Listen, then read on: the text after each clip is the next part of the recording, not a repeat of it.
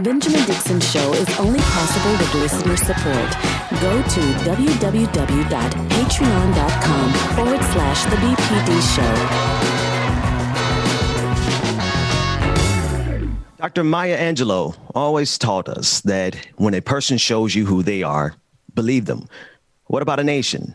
America has shown us that it is a violent nation, that it will commit acts of terror in order to protect its power, not only domestically, but across the globe. And we've seen it over and over again in the Black community. America has shown us who it is. What do we do with that information? We'll discuss that at great lengths today. But first, On the Clock with Georgia Ford.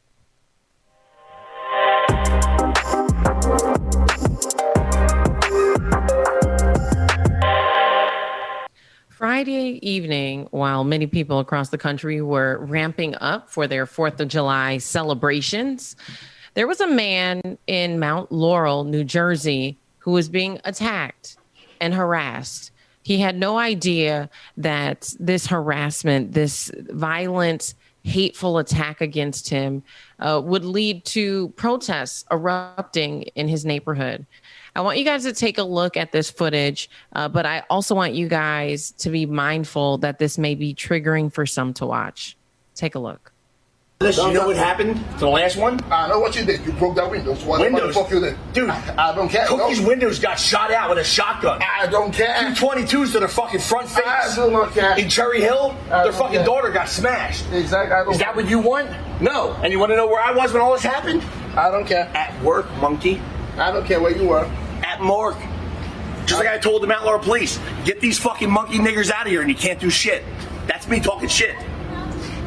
3602 Gramercy Way, that's where I live. Come fucking see me. So you're real comfortable, so get me on video so you know what you see. Bring whoever.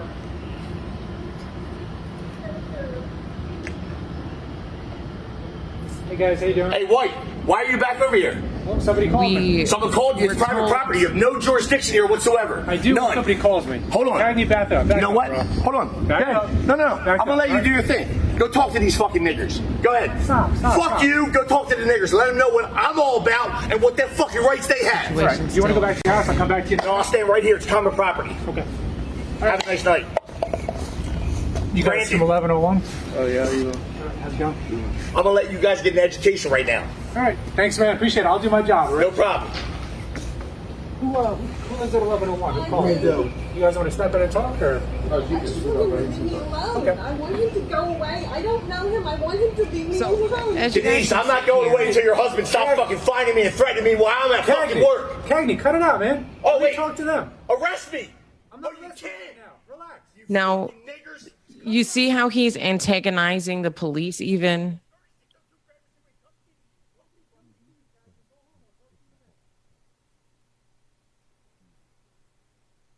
She's not going to be allowed to go. I agree with you. You guys all live at 1101, or? Yeah. No, just me. Okay. So. Don't want to litter on our property. I appreciate that. Thank you. You want to go and talk real quick? Let's see what's going on here. Circus? Did you know there was monkeys out there? Cagney, cut it out, man. Go home. Now, we wanted to play that clip in its entirety for a few reasons, so that you could see not only how Edward Matthews, who's 45 years old, was using hate speech against his neighbor, but then also so that you could see how he behaved when law enforcement arrived and what their response was. And so it wasn't until over this weekend that he was actually arrested for his behavior. Ben, I want to pull you in on this because, you know, we see this happen more often than what we would like. And it is an unfortunate reality, Brother Mac, as well, that this is the world that we live in 2021. To hear white people using the N-word so hatefully, and to see the officer initially be so dismissive. And let's be clear, yes, there has been an update in this case. Yes, Edward Matthews was arrested, but that arrest didn't come until hundreds of people in Mount Laurel showed up to his home and demanded that the police department hold him accountable. Yeah, I hadn't watched the entire clip until just now. A lot of times in these cases, I can't afford to watch them because exactly what you said, it's triggering. And to hear the confidence of this white man, the confidence in his heart that he felt like he was so confident he gave us his address. That's how supreme he really believed that he was. And the fact that the police officers just let it go. I'm not really sure. In the case, if he was a black man, they would have found some reason to arrest him. They don't ever really need a reason. They create reasons to arrest us. I think that gentleman gave us plenty of reason for the system to see that he was a clear and present threat in that situation. And it took protests in order to get some traction on this. That's completely absurd, because in any other scenario, had that man been a black man, he probably would have been dead on the scene as the police officers arrived. And go ahead. Sister Ford and Brother Ben, good morning to you. We don't even have to imagine that. But clearly, if that had been a black man dealing with a white man with that type of speech, first of all, on top of watching and listening to the language he used, to your point, Sister Ford, the part that resonated with me was it appeared to me that this cop knew him, that they know this man, because, that wasn't his first time doing that. The report says that over a couple of years, there have been numerous reports of him harassing folks. So it's like they knew him, and it was the calmness at which law enforcement dealt with him. And as you said, basically dismissed him. So clearly, had that been a black man using that type, acting in such a manner, they wouldn't have bothered to talk to the white folks. He would have been dealt with swiftly and severely right there on the spot. So that was the other part of that resonated with me. And to your point, Ben, the confidence he had when he was doing it. And then let us go back to May 25th of last year. I think the part that resonated with a lot of us within the Chauvin situation was that smug look he had on his face, hands in his pocket with his knee on Brother Floyd's neck. That's how comfortable they are with demonstrating their superiority in cases like that. So that's that's the other part that resonated with me about this situation. And we also have to remember now, go back to 2020, Memorial Day of 2020 of last year in New York, when Brother Cooper was bird watching, and the white woman, Amy Cooper, no relation, did the exact same thing, except now what she does is she calls 911, reports this false narrative. And the only thing that really saved Brother Cooper was the fact that he was videotaping it. But when we talk about the dismissiveness, even in that Cooper case with Amy Cooper and Christian Cooper, the prosecuting attorney, they didn't file charges against her. I think what they said is, we're going to make this, and it's not their words, but in effect, let's make this a teachable moment.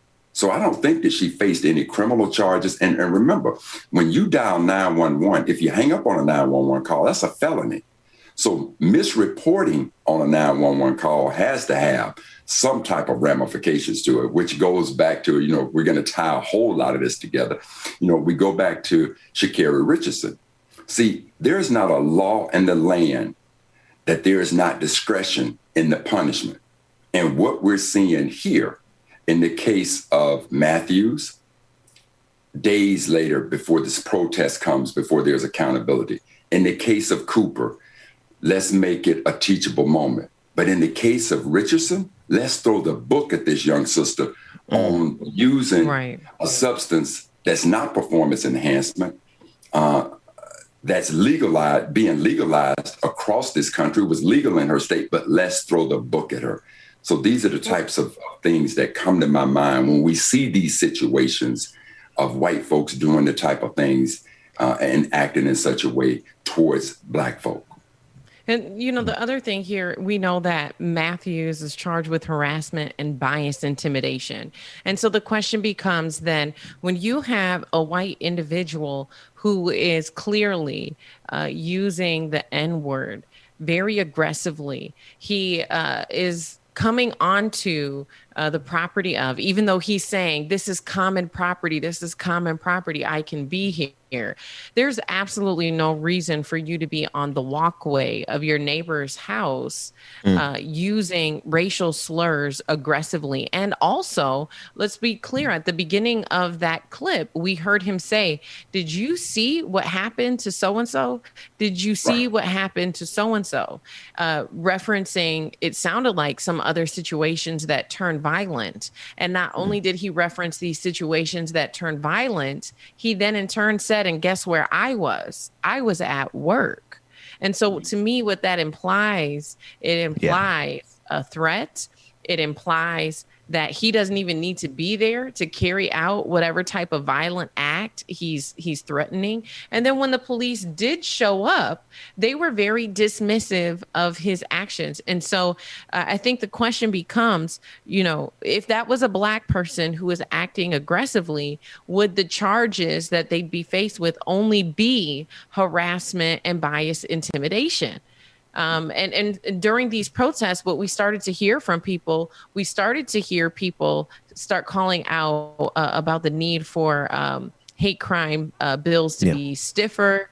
And I think that would mitigate people from being in public, being on someone's property and acting and behaving this way. Because to me, it just, I don't know. I'd be curious to know what your thoughts are, but it doesn't feel like harassment and bias intimidation are stiff enough charges for what this man did.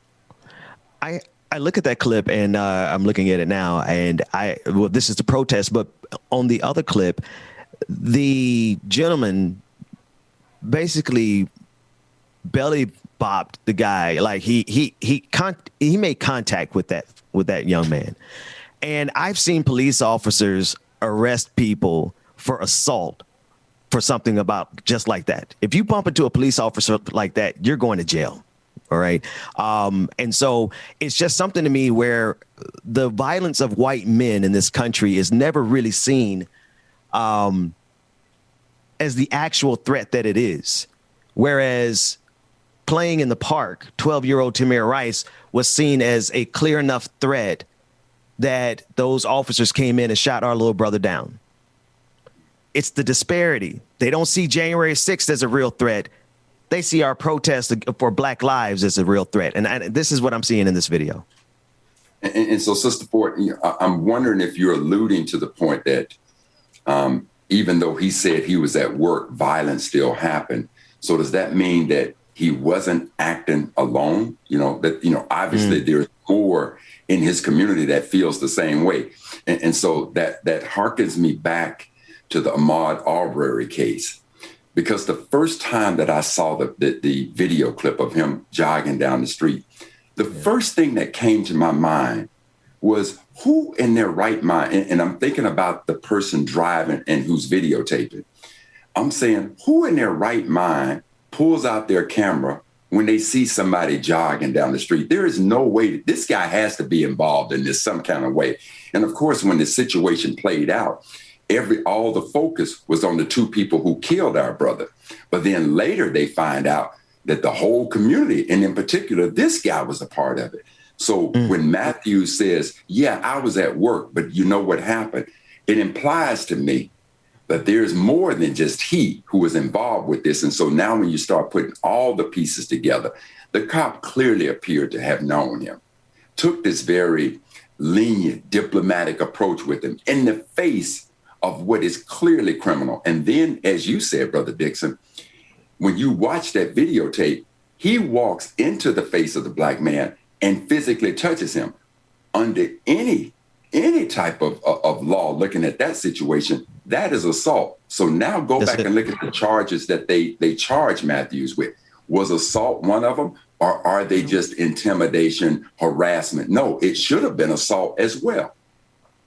Yeah, he walked all the way up to his doorstep, and that's only a clip of the video. The entire video itself is about 6 to 7 minutes long, and he actually does put his hand on him. And so definitely there could be assault charges there. People could argue. I think also threats, deadly threats.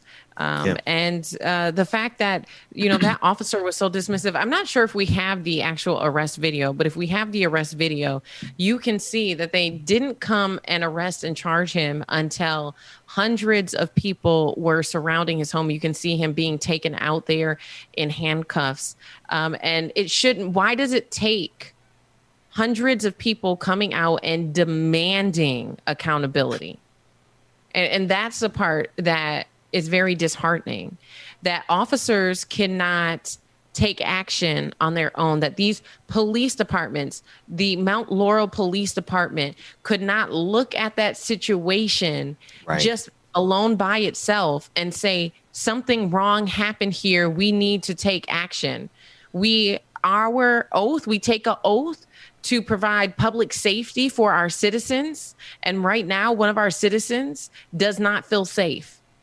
They failed to take action based on what they witnessed. And the officer witnessed this man. Yes. He witnessed Edward Matthews using racial slurs. Then we know that there was video evidence of what we just described as an assault. Yeah. He had that right there.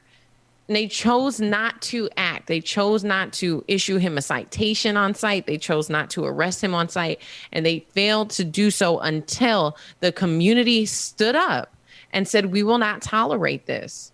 And to me, I think that is where our public safety systems across this country are failing Black Americans, because they will not protect and serve us unless we stand up and say, you must. We refuse to give you our tax dollars and stand by and watch you be complicit. And I don't know what the remedy for that is, but it is extremely frustrating to see that here we are again. And all of those citizens in Mount Laurel who came out to demand justice for their Black neighbor, they should have been able to, enjoy their 4th of July weekend. But instead, they had to go and use their time and their voice to demand that their police department serve them in the same way it's serving white citizens. Well, Georgia, to that point, I'll tell you this. I can't think of a better way to celebrate the 4th of July than to apply pressure that leads to accountability and protection of our brothers and sisters in this country. I can't think of a better way to celebrate the 4th of July. That's one way to looking at it, because you think about it, the most American thing in this country to do is protest. Let's not forget that this country was founded on protest. And they want to vilify our protests now that the marginalized communities we've found the place in history where marginalized communities can protest at the same level, relatively at the same level as our white counterparts, because we see the difference. Their protest goes all the way to the Capitol building. January 6th, they can go all the way to the Capitol building and threaten democracy itself with white protest. And yet we still can't get away with the basic protest of saying, do not kill us. I think that's the fundamental difference. And I think we have to be cognizant of that, because right now America is making a decision, like which way is it going to go? Which protest will America yield to? The protesters of January 6th or the protesters on behalf of Black lives? Absolutely. But go ahead, George. Well, I was just going to say, it makes me think even too, across the country, over the weekend, there was 150 fatalities. And I know we're going to go deeper into this later on in the week, but 150 fatalities from gun violence. In total, there were 400 shootings. And, our country has become so violent that 150 fatalities from gun violence is barely making headlines.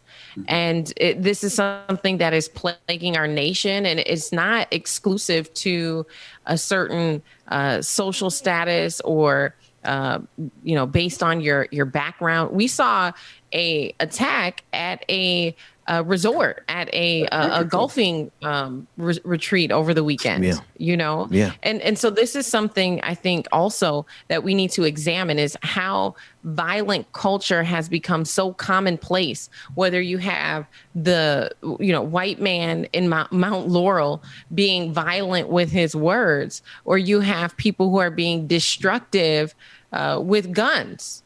Either way, violence has become so embedded in the fabric of our nation that we, decade after decade, no matter how much legislation we pass, it seems like that violent culture continues to persist.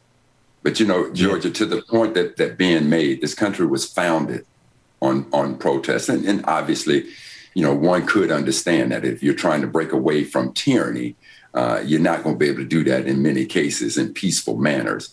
But the other part that we have to factor into, and what we were talking about yesterday with the fall of that building in Miami, you got to factor in capitalism. And you also have to, and in capitalism, now wrap into that the NRA, who is clearly making money on this thing in light of the fact that we have this incredible violence that you just described, and even to the point, and this is how strong and how nefarious greed is around capitalism. Most of these mass shootings that have taken place in schools have been by their children against their children. And still, because of this love of money and this capitalism that they want to do, they'll negate that in the face of reasonable gun control. That is how sick this nation is becoming. Absolutely. There's nothing really more to add to that.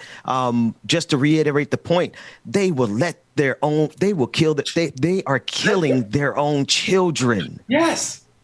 They did not blink when half of the nation did blink when Sandy Hook happened. The other half said but they didn't. We're dealing with a different breed here, because they will run all the way to the point of killing their own children for the sake of their greed. Yeah, I mean, think about that. When we got the first awakening, arguably one of the big awakenings of it at Columbine, right? And the NRA didn't blink. And as a matter of fact, they dug down and doubled down on the rights to bear arms. And to that point, when we see school shooting after school shooting after school shooting of their children against their children, and you still are not for any form of reasonable gun control. So that is why we're beginning to see this thing just unravel, Georgia, as you said, where these shootings are just reaching epidemics. And one could still say, look at the NRA, look at capitalism, look at just all out greed. And for your children to be doing it against your children, and then you want to come into the Black community and start talking about Black on Black crime? I mean, get out of here with that nonsense. You guys, if you have not been following the situation that unfolded in Mount Laurel over the weekend, there was a man who went up to his neighbor using racial slurs, and protests erupted in front of his home because the police failed to do anything. Since then, that individual has been arrested. And so the one thing I want to leave you guys with this morning is this: when you stand up and you use your voice, it makes a difference. Yeah. We saw that happen in New Jersey. Hundreds of people came out. They demanded that there be accountability. They demanded that charges be pressed. Now, we can debate on whether or not those charges are severe enough, but we saw that collectively citizens in Mount Laurel who said, we will not tolerate racists here in our community, they were heard, and their law enforcement did end up holding Edward Matthews accountable. I know we could continue to go on and on here, you guys. There's so many layers and so many complexities to this. So I invite you guys to leave your thoughts in the comments. But for now, that's all we have for On the Clock. You guys who are watching, stay tuned for more on The Benjamin Dixon Show.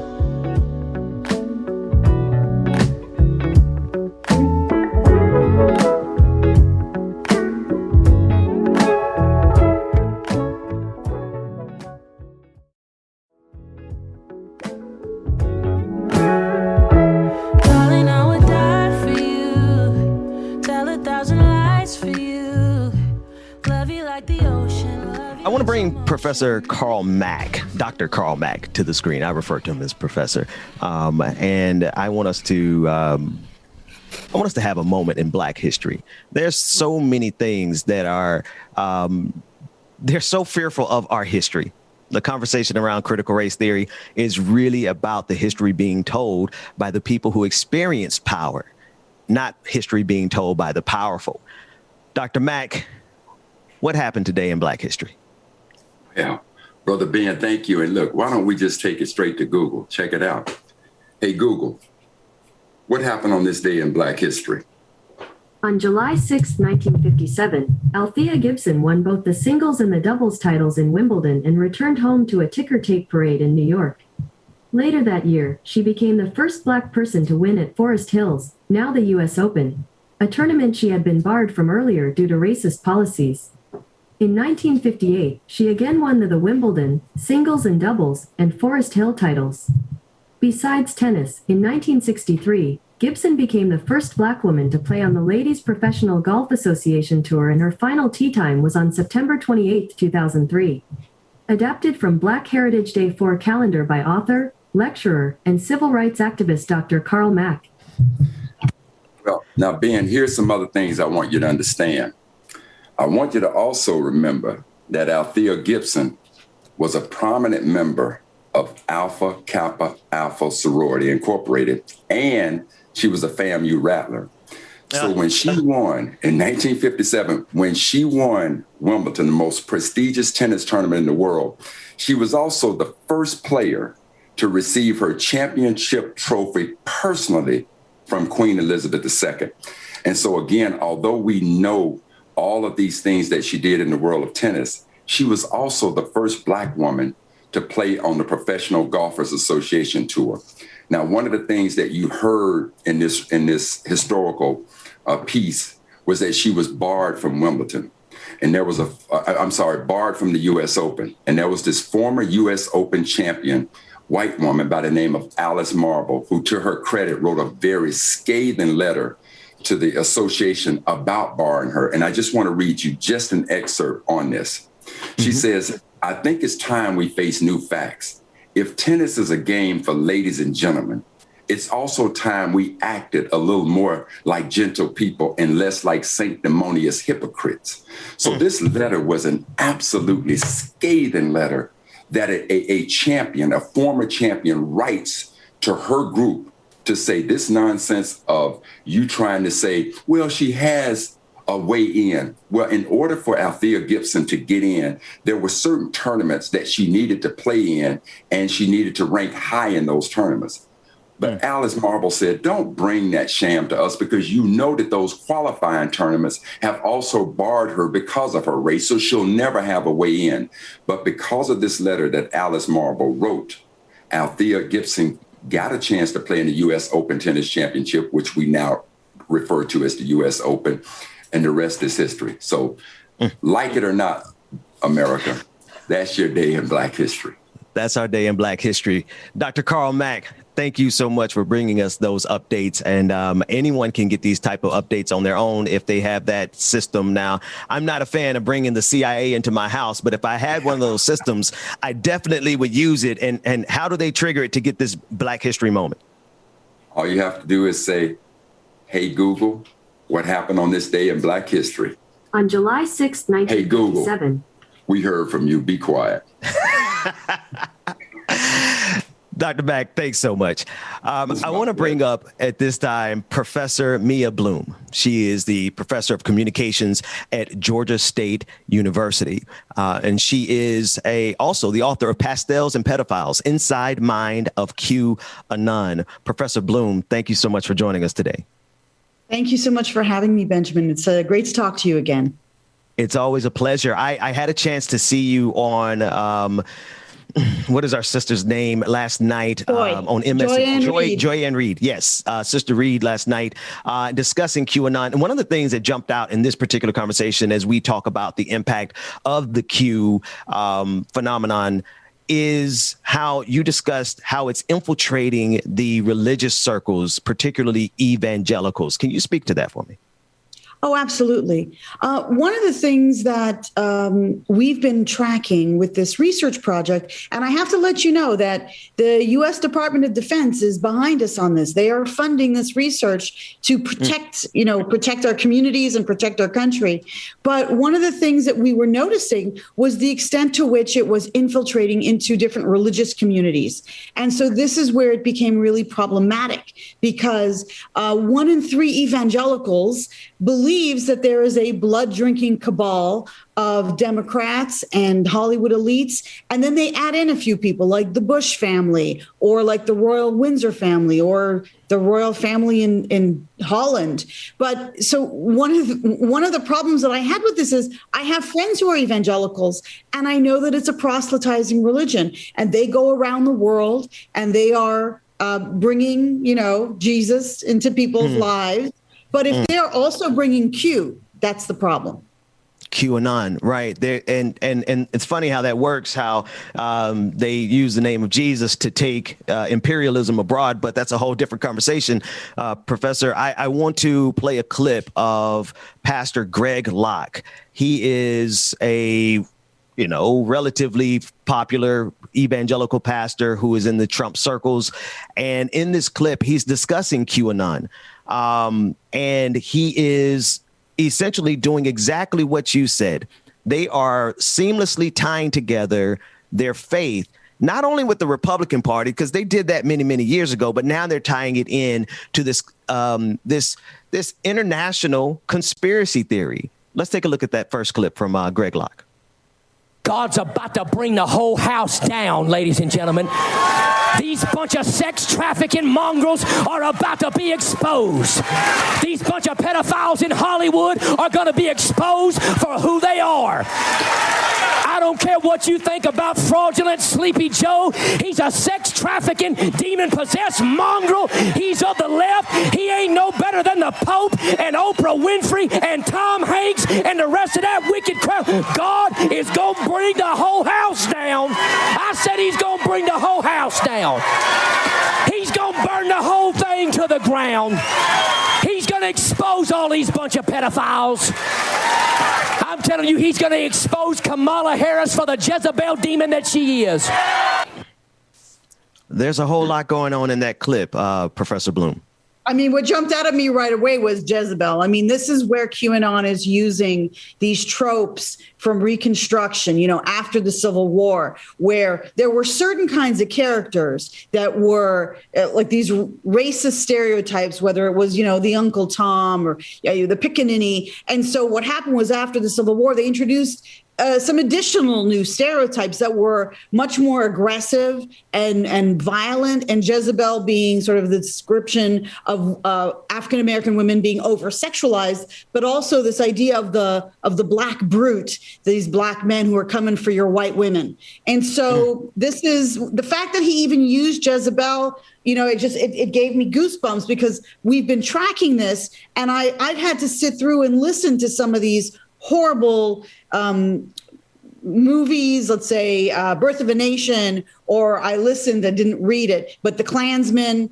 And these things, you would think 100 years later, we would have done away with these stereotypes, but no.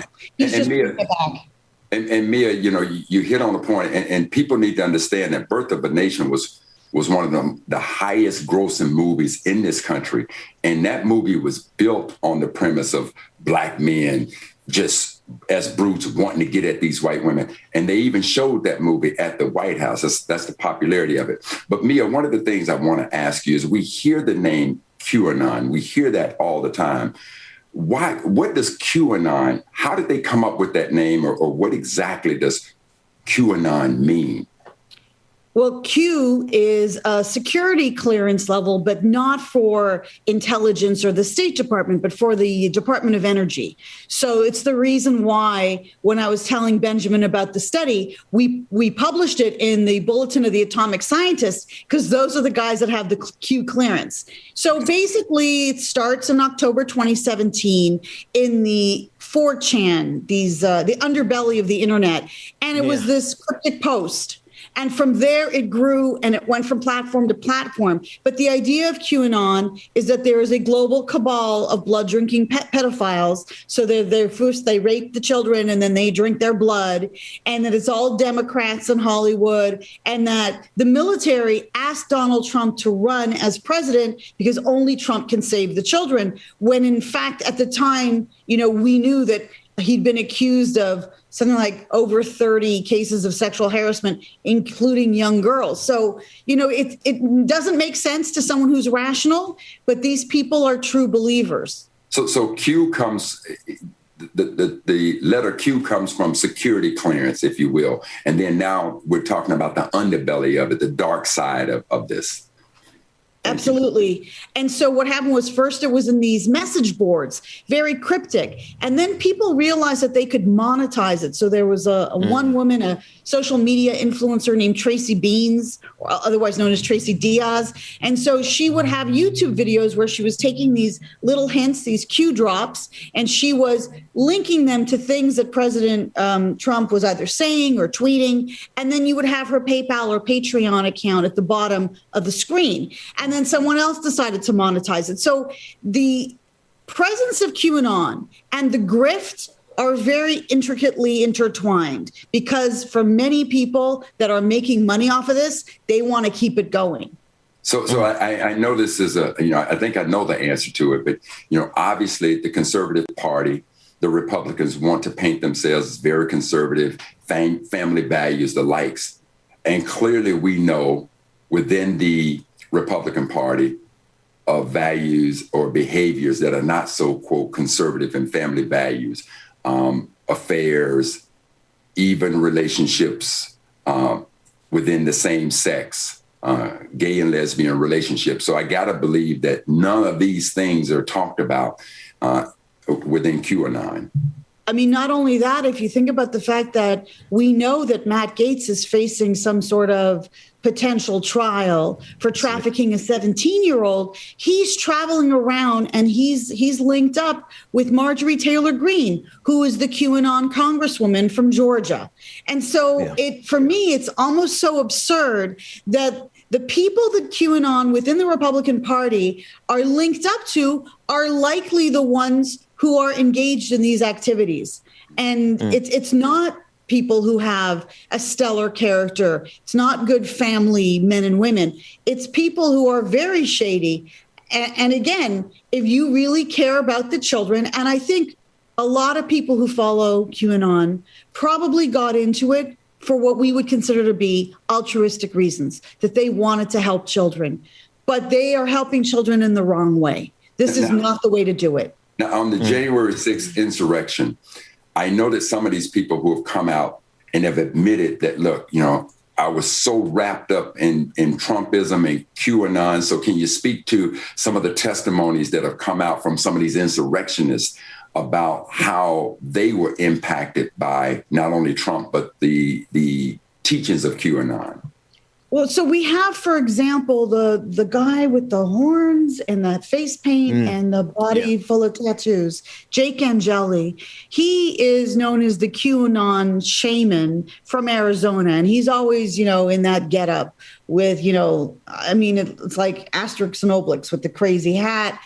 And the tattoos he's got are all Norse symbols, which are connected to neo-Nazi ideology. The neo-Nazis have lommed on to Norse mythology, like Thor's hammer, in order to show how white they are.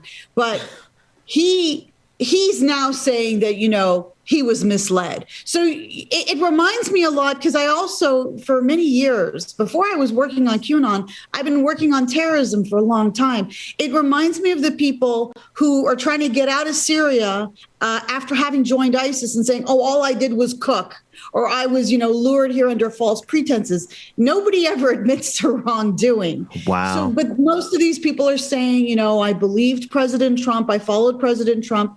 And to remind you, and Sister Joy said this last night, bin Laden wasn't flying the planes. He didn't need to, you don't need to have President Trump actually enter the Capitol to be ultimately the source of inspiration for all these people that tried to overthrow our government. What is the there's an academic term for that, isn't it? It's stochastic terrorism, where you're able to what you say. There's a degree of separation, but what you say causes that type of action. Isn't that? I mean, that's a way to describe it. I mean, stochastic terrorism, definitely. For example, when we talk about stochastic terrorism, we might be talking about various mass casualty shooters who aren't linked up, but they are still following some extreme right-wing ideology, and that they're following Anders Breivik from 2011 in Norway, or Brenton Tarrant, who perpetrated that massacre in Christchurch, New Zealand. And of course, that led to Prime Minister of New Zealand, I think her name is Jacinda, basically saying all the Western countries need to be on the same page about social media. We have to understand that social media can translate into real world harms. It's not just about people being fantasists online if it then translates into the real world. So Mia, let me ask this question. When you talk about other world leaders, you know, obviously QAnon has infiltrated around the world. Have other world leaders come out very stern against QAnon? And then if so, make a comparison of those leaders into what we saw Trump say about QAnon. That's a good question. Well, so there's been some variation. The Institute for Strategic Dialogue in London has been tracking QAnon postings in different countries. And the United States is always number one. And so they've got like the top five. So it's United States and it's Canada, UK, France, Germany, places like Indonesia and Germany and Russia, right? So some of these leaders, like Prime Minister Justin Trudeau of Canada, has come out against QAnon. And of course, QAnon, at some point, they tried to attack him. And they attacked the Canadian equivalent of the White House. I mean, the person was arrested and sent off to jail. But the fact remains is that most leaders have come out, if they've been asked about QAnon activity in their countries, they've come out and said that it's a baseless conspiracy theory and it's, you know, it's anti-Semitic. In France, it's also Islamophobic. There's one exception, however. Scott Morrison in Australia, apparently a very close friend of his and the friend's wife who works in Scott's household were QAnon supporters. Well, see, let me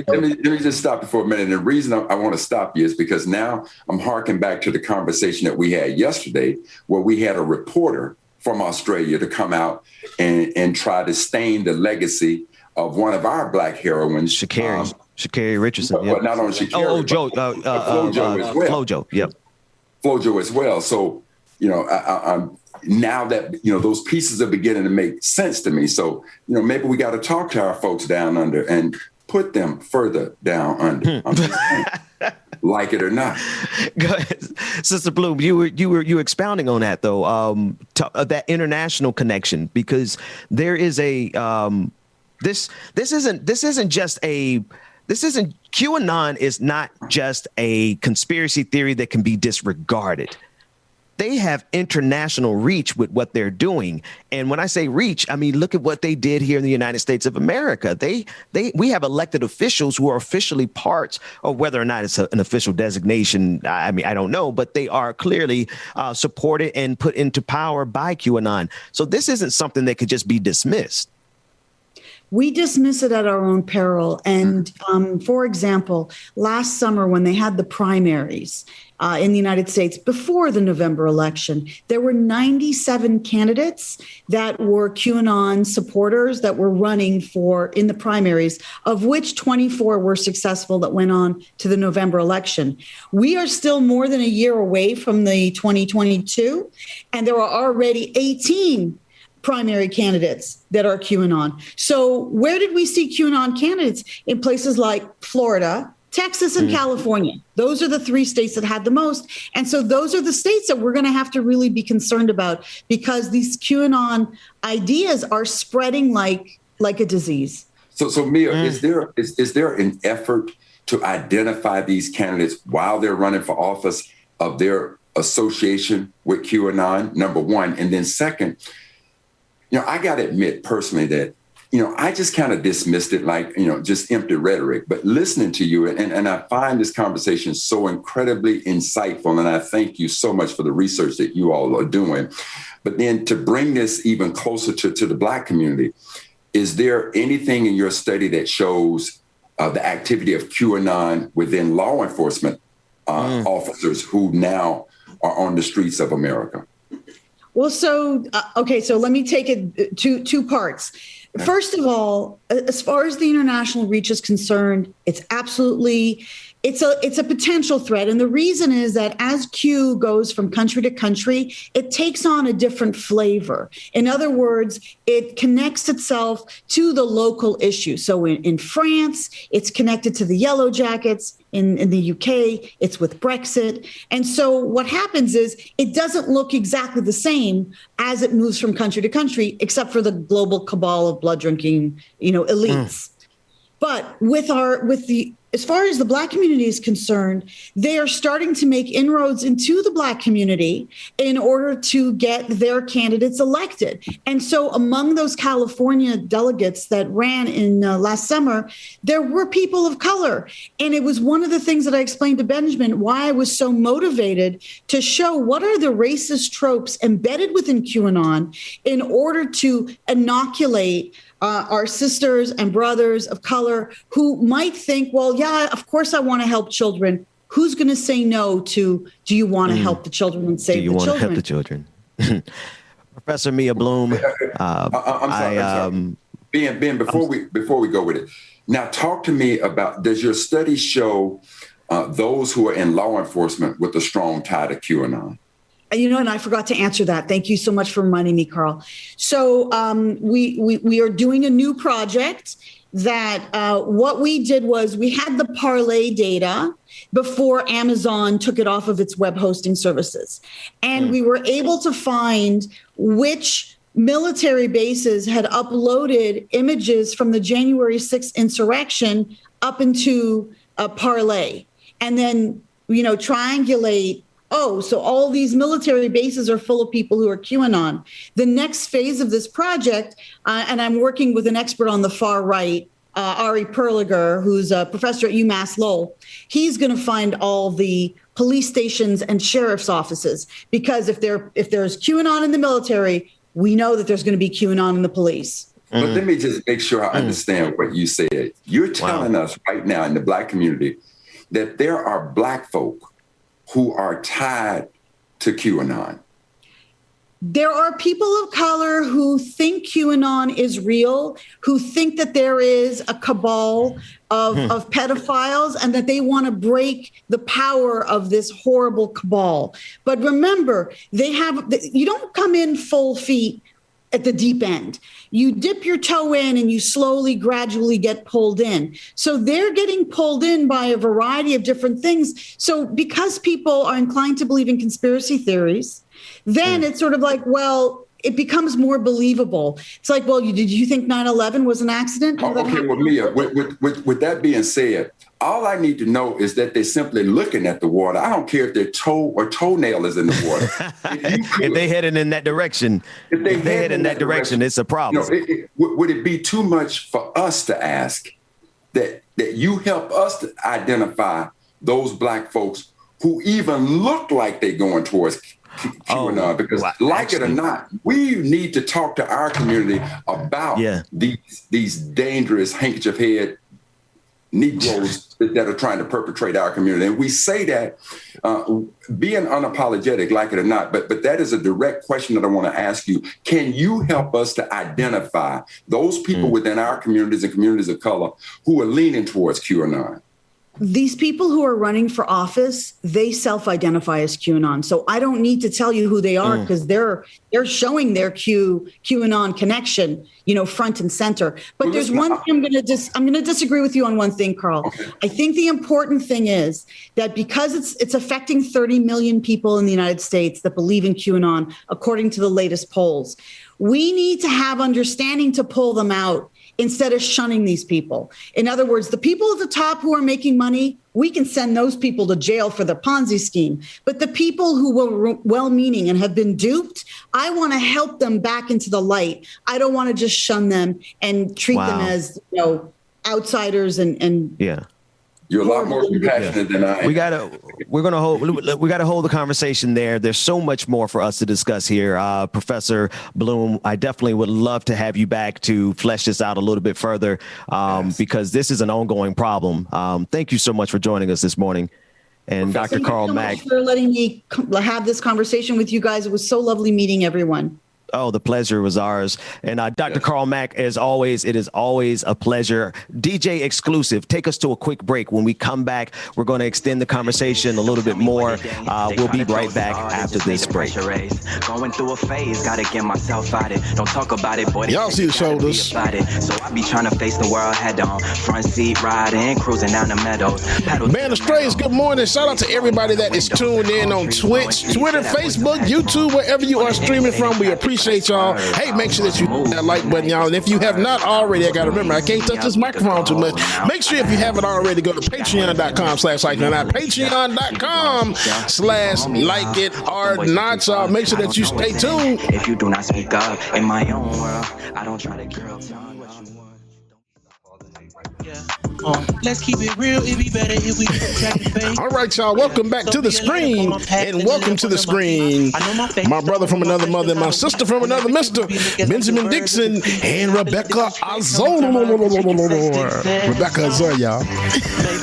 Girl, you better do with this top. Good morning, y'all. Good morning. It's a dress, but thank you. Oh, I love it. Yes, I don't know. Can we adjust the? I'm gonna do I'm gonna call an audible here, and maybe we can, because I feel weird being on top of the pyramid here and feel like I'm looking down on y'all.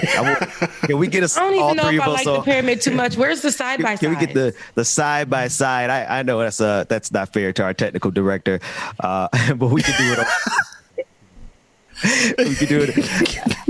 Rebecca, James, it has been a while since the three of us have gotten together, because Rebecca jumped on a plane last week and went on vacation and went on about her life, taking flights and left us for dead. Bubba, she left us for dead. She did. I know. Sure did. But sure did. It's okay. It's okay. I would have did the same thing. I mean, no, I wouldn't. That was so mean, Rebecca. Girl, did you bring my Hennessy back? I mean, that was so mean, Rebecca.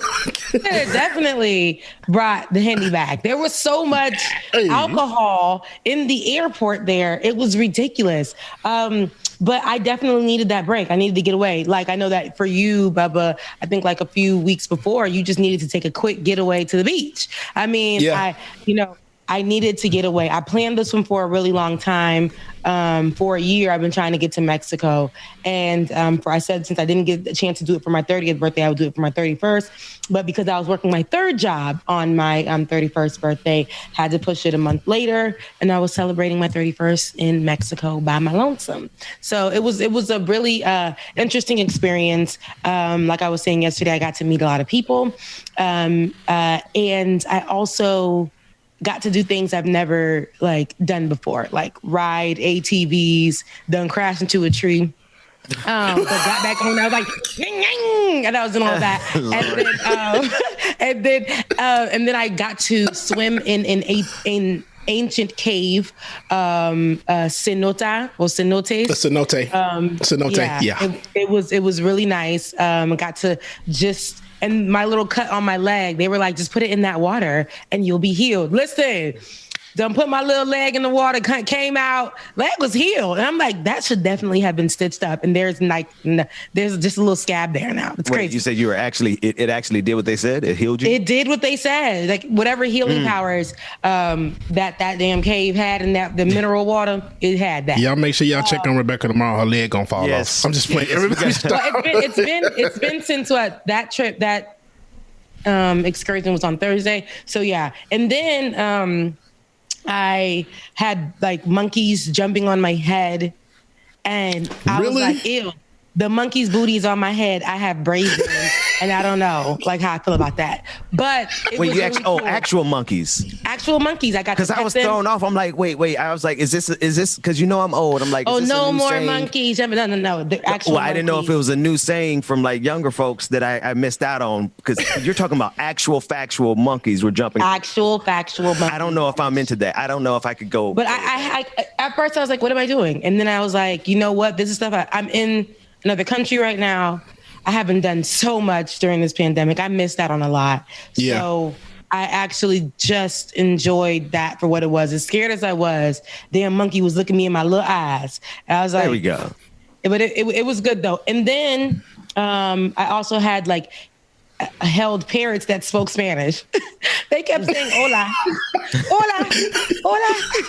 hola. But it was good. It was just like a really good experience. It was the fellowshipping with randoms for me. I met a couple from Utah. I met a couple from LA. I met a loner Mexican kid. And then I met this flight attendant who became my best friend. Wait a minute. Wait. Is anyone else wondering, like, sis, why are you out there meeting all these people that like randoms in Mexico? Like, this is like the storyline to like, I Know What You Did Last Summer or something crazy. Actually, somebody told me when I took a picture with the guy, his name is Addie. He told me, call me Addie like Adderall. I was like, sure. And he was just like, he was so fun though. He was my gay best friend. Why do I always find one? It's always a thing. They always are attracted to me. I'm attracted to them. We just become like the best of friends. The best friends. The whole time. And he was singing, that's my best friend. She's a real bat. That's how he was singing it. He's Asian though, but he was giving me everything I needed. But the thing is, he was pouring into me. The Utah couple was pouring into me. It was funny. And I called the Utah guy. What do you mean by pouring it? What do you mean by pouring? Pouring into my spirit. Like they were just like, all of them, most of them came with their significant other.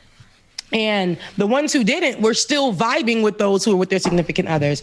But they were just like, you're going to meet someone great. And then the Addie though was like, and until you meet that person, you're going to back that ass up, girl. But you damn right I was going to back. The way that I was scrubbing the ground at that damn resort was ridiculous. And then when I sang, you guys, they had salsa classes. And they were like, we're going to teach you guys salsa. We're going to teach you merengue. We're going to teach you bachata. We're going to teach you all of that. And because I'm Haitian, compa is merengue. So I already knew, but they didn't know. So when they were doing it, I was acting all weird, like I didn't know how to do it. When I say I cut that dance class out, they had to put me in front. They was like, come on, girl, just come on. And I was killing it, all the dance moves. It was good, right?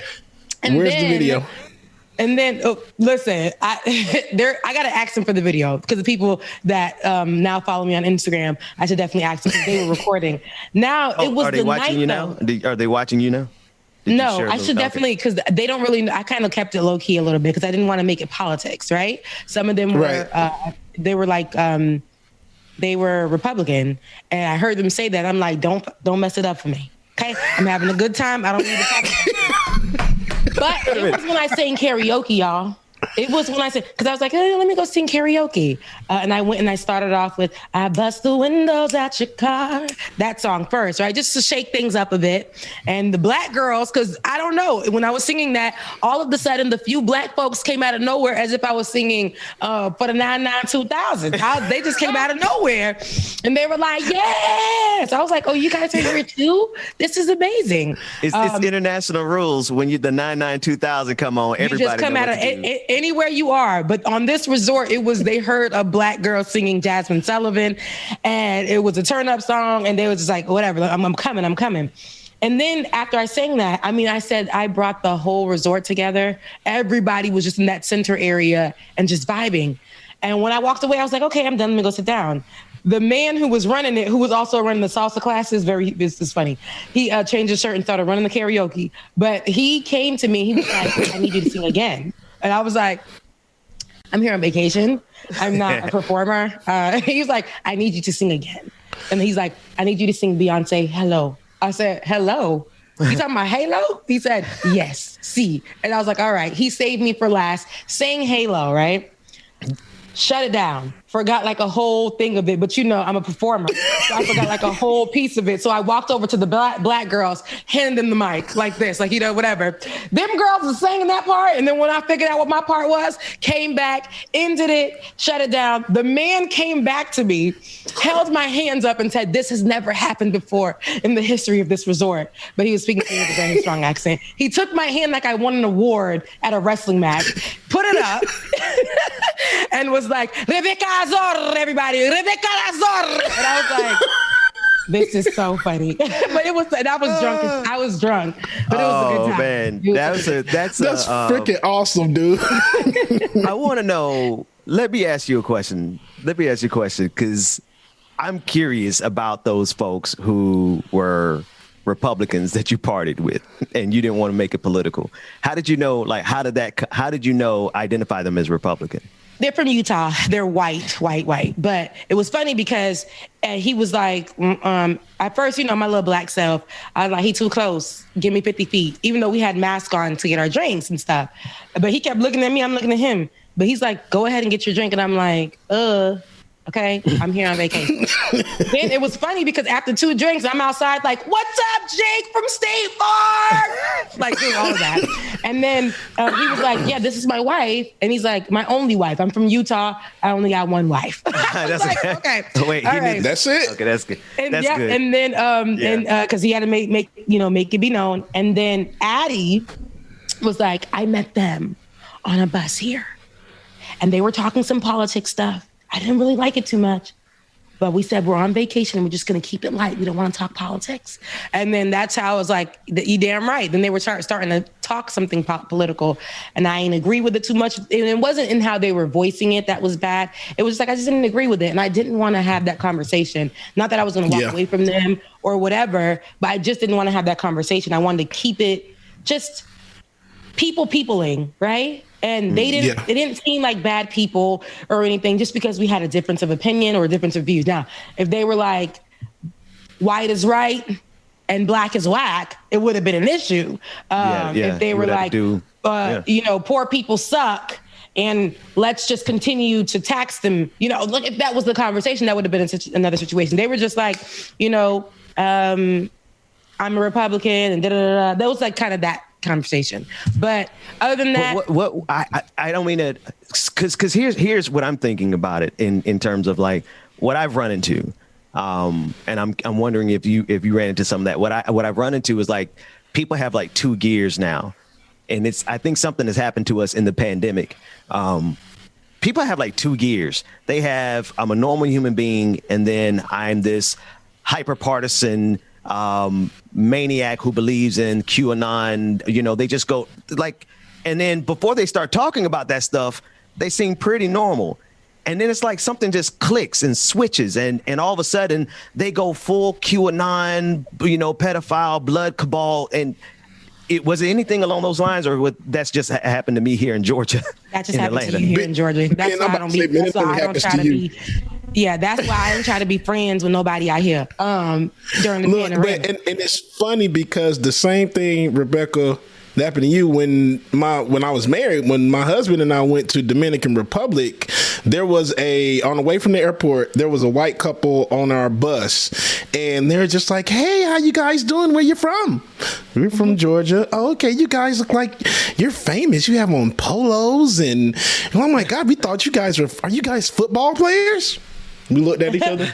Because you're big and black. Like, that's big and black. Exactly what we play in the NFL. My little small ass, no, I ain't big enough to be. Nobody in the NFL or tall enough. Y'all just, you really are. Right. No, seriously, though. It was such a good time, y'all. But you're right, though. When they see people, I didn't want to tell them that I worked in politics. I didn't want to tell them what I did because I just wanted to, I had to detach for a while. I needed to just enjoy myself and not look at people crazy or whatever. You know what I mean? I do that already for a living. You didn't want to have to fight. I didn't want to have to do that, you know, and I just wanted to be at peace, drink my drinks, throw my ass in a circle, do my salsa, bachata, have them look at why is this black girl so good at this? That's because we made the merengue. No shade to Dominicans who was right there, which we are the same, but not the same.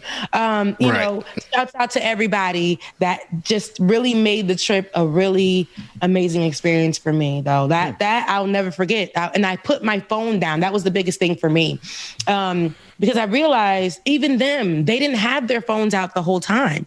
We were literally we made a section for ourselves. We were really just eating and drinking and phones down, because I was so used to like picking up my phone and trying to have it here and there. And yes, because I was by myself, I had to make sure I was on my phone or whatever. But at that point, like I'm like, phones down. Like my phone just fell. Phone down. There was no like just enjoy the moment. Like just enjoy it for what it is. 'Cause I could have had a lot of stuff documented, but I just have it in my memories. And that to me is my favorite thing. Like everything isn't for everybody. I've learned that. Everything isn't for everybody. So and not you even go on a vacation like that. Not even close friends. Hello, somebody. It's like you take a couple of pictures other than that, phone and pocket in the room somewhere else. It's my vacation. I'm enjoying it. Yeah. Well, welcome back, Rebecca. Glad to have you back, sister. You were unplugged, and now we're gonna plug in. To all the madness that you unplugged from. There's a clip that you shared, and I want to start with this sister. I call everybody sister, but this one she ain't no sister to me. Let me rephrase that. I'm going to start with this person, and Dwayne. Just to give you a heads up, it is the Trump Kennedy TikTok. I want us to take a look at this one, Rebecca. You shared it, and I listened to it, and because these are the type of people I run into when I go out in public, and this is why I don't go out in public. Run the clip, Dwayne. Trump Kennedy 2021. What does that shirt mean? I think that JFK Jr. is still alive. The guy who died in the plane crash in the late 90s? You think he's still alive? I do. And he's going to come back and be president with Trump this year? I hope so. But how would Trump become president this year? There would be a new election? There's a lot of things I think have happened, and there's some things I think I know, and a lot of things I don't. Okay. And one thing you do know is John F. Kennedy Jr. is still alive? That's what I believe. Okay. Do you want to bet? Do you want to bet on it? I'll bet $100 that JFK Jr. doesn't come back from the dead. To do it. Well, I don't think he's dead. Okay. I'll bet $100 that he's not alive. But you bet 100? Yeah. Okay. You got it. Great. Okay. Sweet. What the hell? I run into those people all the time, James and Rebecca. Rebecca, they probably you shared was that. all over that damn resort, but them drinks had us unified as hell. As hell. That's what it be about. Pina colada. Yeah, let me get 5 of them. Cool. Listen. Hey, nobody was trying to touch my hair or anything, but this is stupidity at its best. This is some Marjorie Taylor Greene. That's her cult. That's her crew. When they're listening to the conspiracy theories online, right? And then here we go. We have somebody who really believes that the plane didn't crash, that he's still out there, him being JFK Jr. And that is a problem, okay? That's like us saying that, and I mean, this is more, to me, more believable than JFK Jr. being alive, that Tupac is still out there and he about to come out from Cuba and he is about to, say that he was out there the whole time. Like we say it, but we not going to like be out here saying that he about to run for president. He about to, none of that. Like, no. But in that same sense, they're going to tie all of this to the idea that Donald Trump is going to be president in 2021. This is still a thing. Like, why? The man lost, sis. Just deal with it. JFK Jr. is dead. Let that man rest in peace. You talking about people. And then her daughter is sitting there like, she's so embarrassed. On the side in the background, just like, this is my mama. This is my mama. We about to be on we about to be a whole TikTok viral. They're gonna get me. My friends is gonna. You don't know that you're putting your kids through stress as a parent that says dumb things, like that goes viral for saying dumb things. Wait, pull that back up, because I noticed that too. Rewind it to where she was the daughter in the background is like, oh my God, why is this my mother?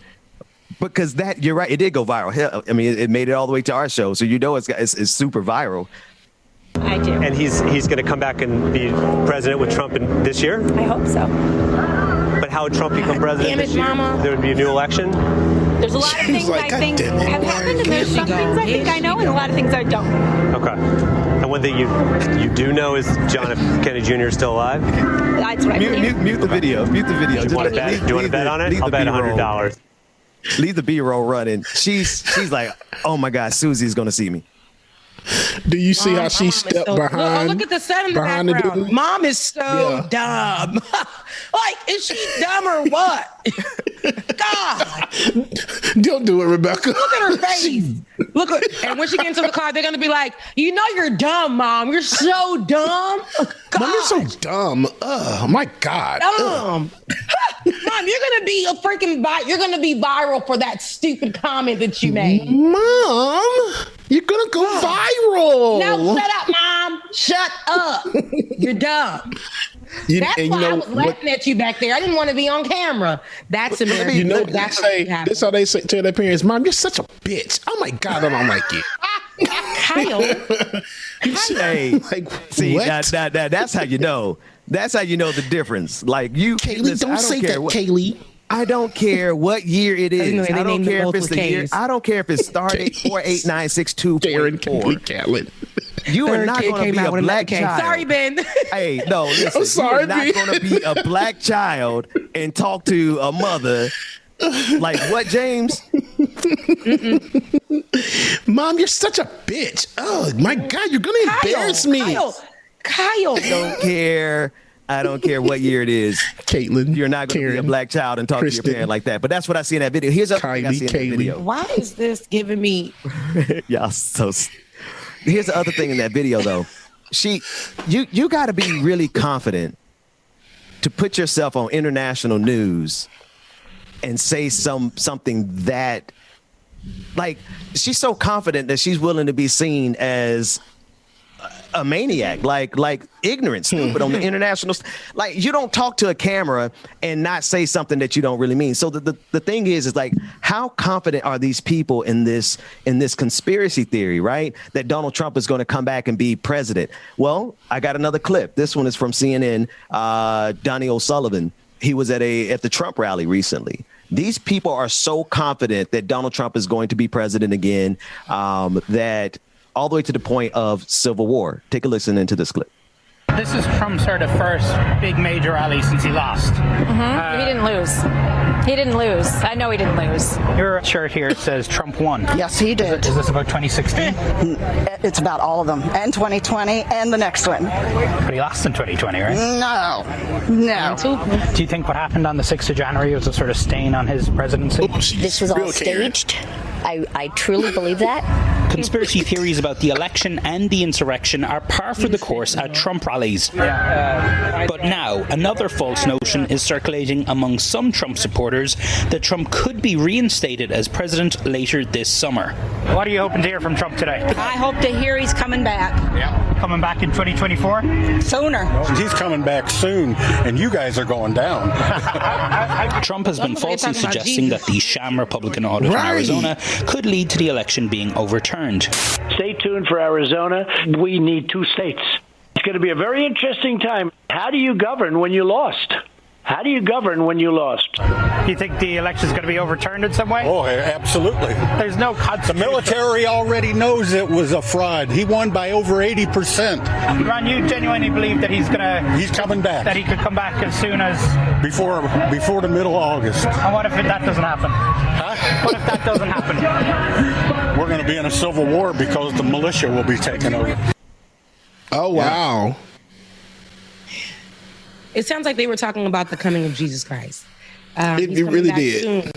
Get ready, get ready, get ready. It was giving that vibe. And these radicals, the people that literally will take a lie, mold it, and still put it out there, they waste time and energy. They waste gas in their vehicles to just congregate together and sit here and feel like when they put this out into the atmosphere, it's going to come true. It's going to be real that Donald Trump, they still see him as their leader. They still see him as president. My thing is, what are they holding on to?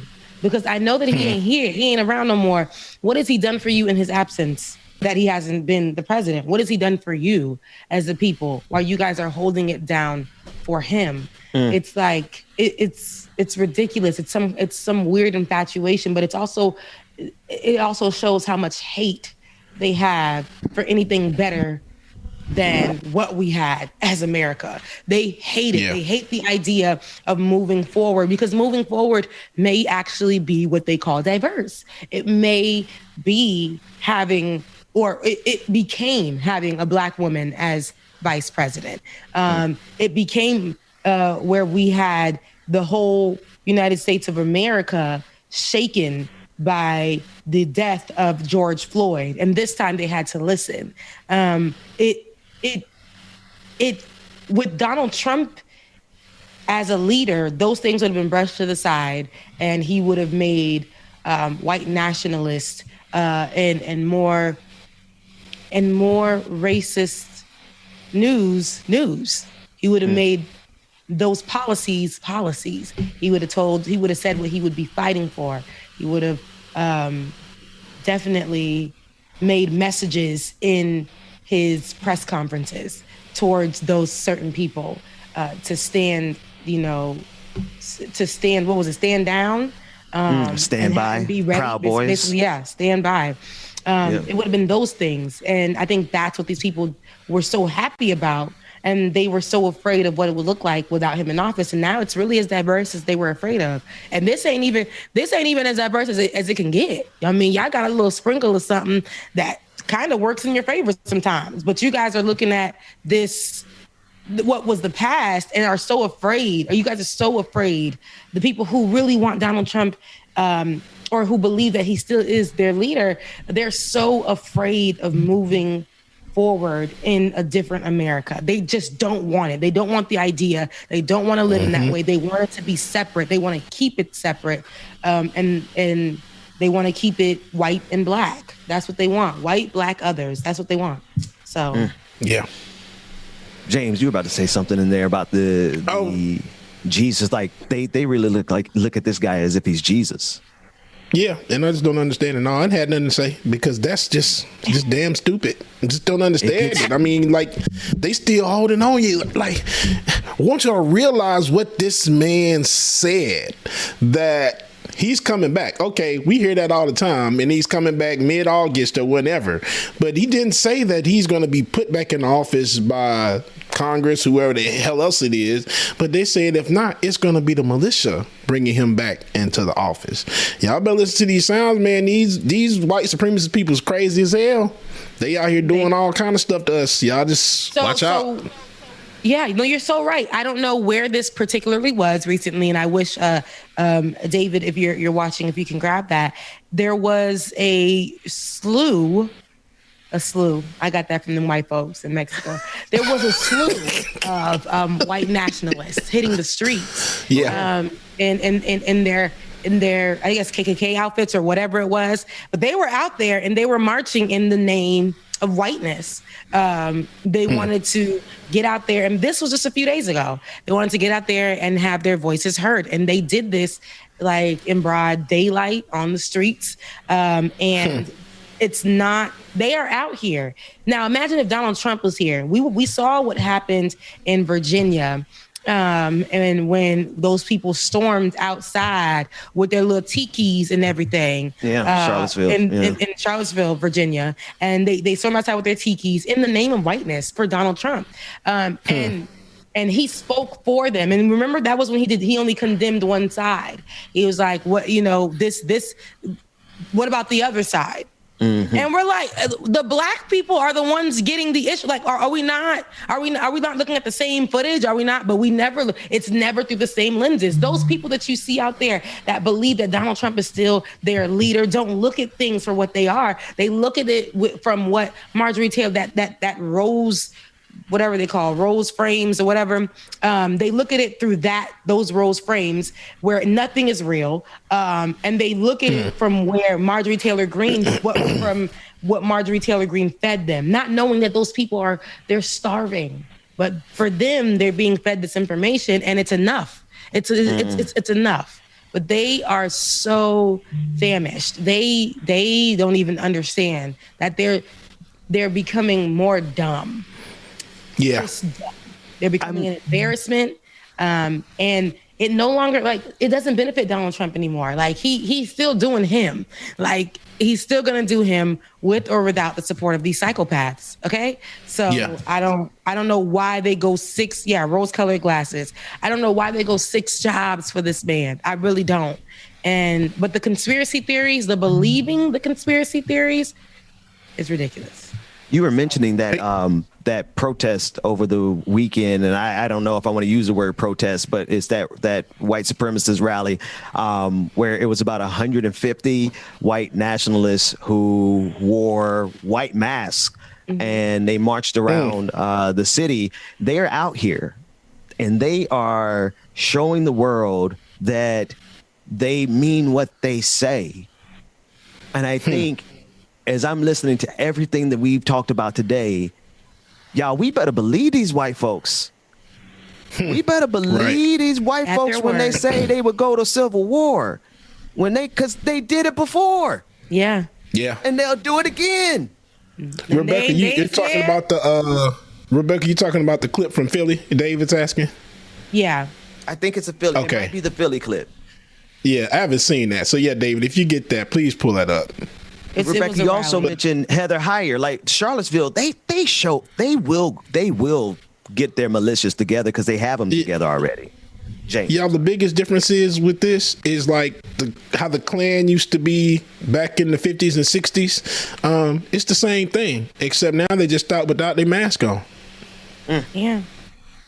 Simple That's our as that. doctors. I say it all the time. That's our doctors and lawyers, honey. Ever since Donald Trump been in place, them people been out here like, I won't serve her. She's black. Or if she does come into this office, I'm going to treat her like the trash she is. In their minds, they treat us less than. I went to the hospital at the beginning of Donald Trump's presidency, treated like trash at the hospital, treated like I was a subject to be tested on at the women's hospital. So, and I had to point that out to them, but I didn't have insurance and I needed the care. So I had to get what I can get. But honestly, like, these people no longer cared. Once he got into office and you guys, here's the funny thing about it.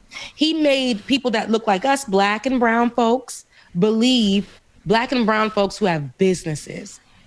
Because he catered to businesses, he made them believe that he was a good guy.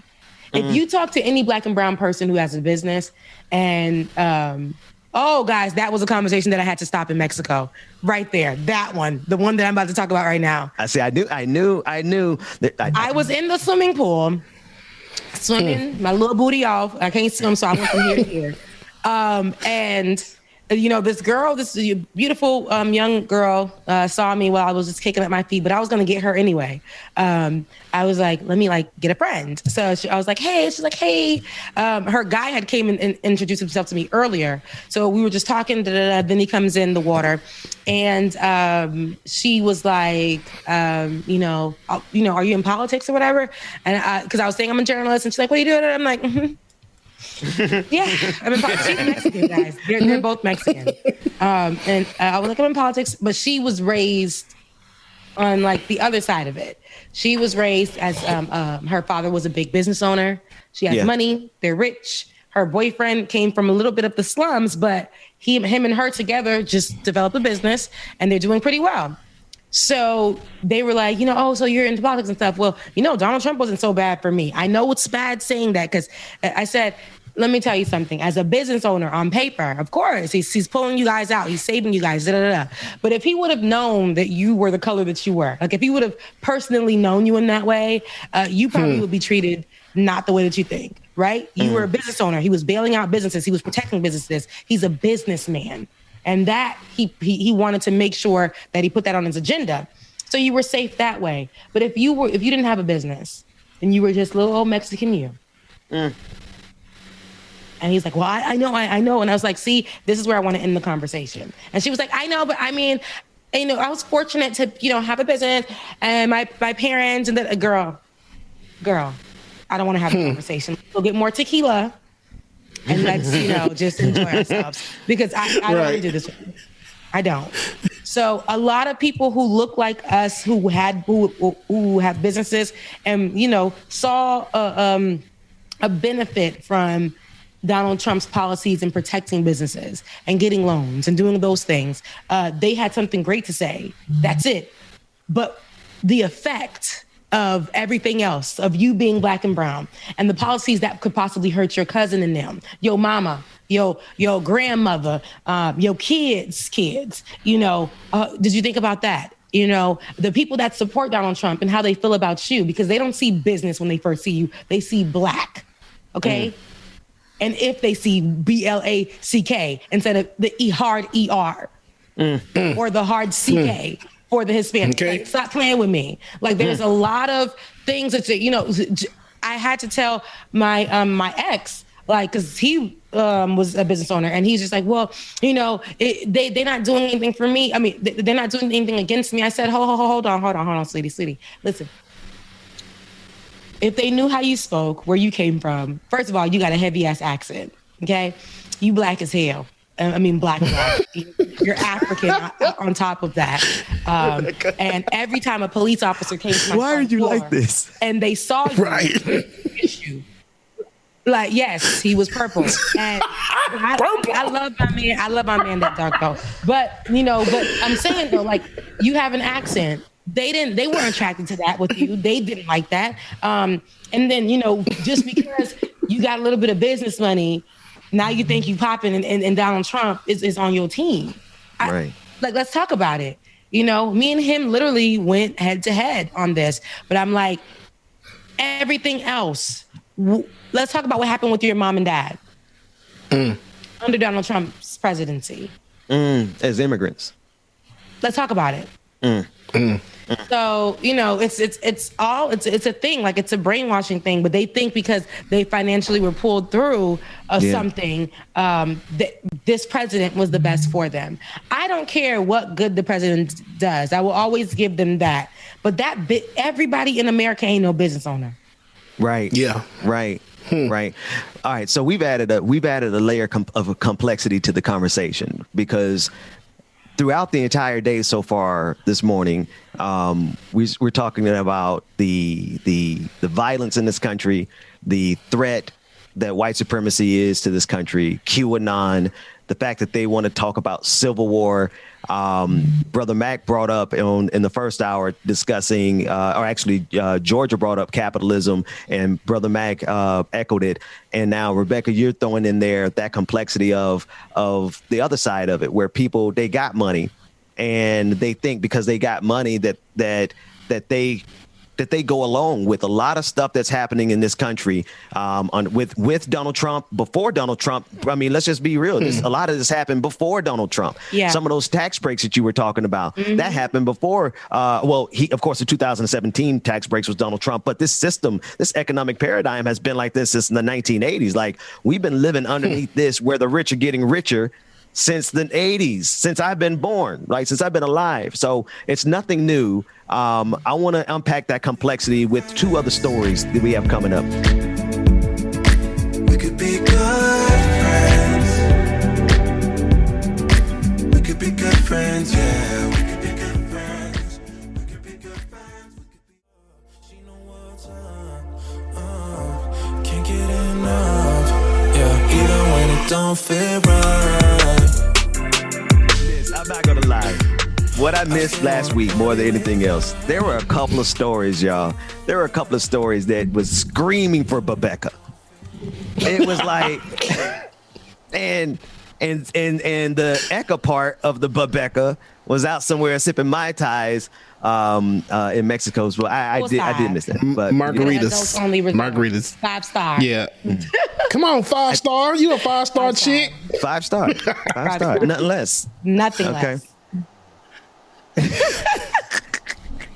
Let's go. Papi, come here, Papi. And I'll be all right with that. Look, it was a I'll be all right with that. Live your best life, sis. Oh man, I've got nothing other than this next clip.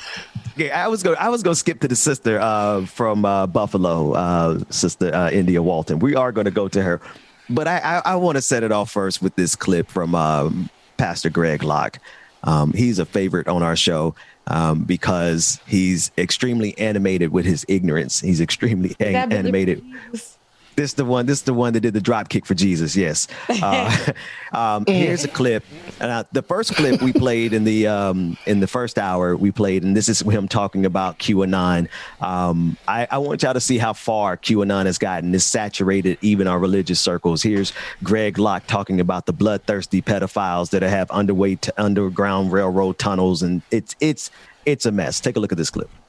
I don't know why pastors don't talk about this stuff. Well, I do. They don't want to seem crazy. I'm already crazy.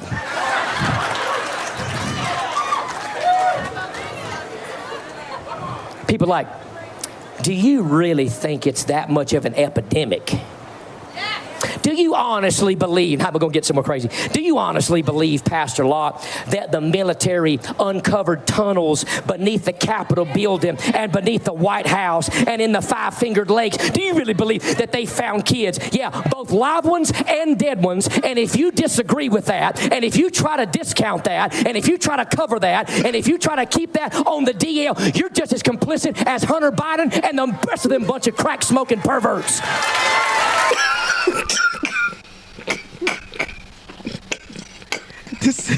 This is what they're preaching in their churches, Rebecca.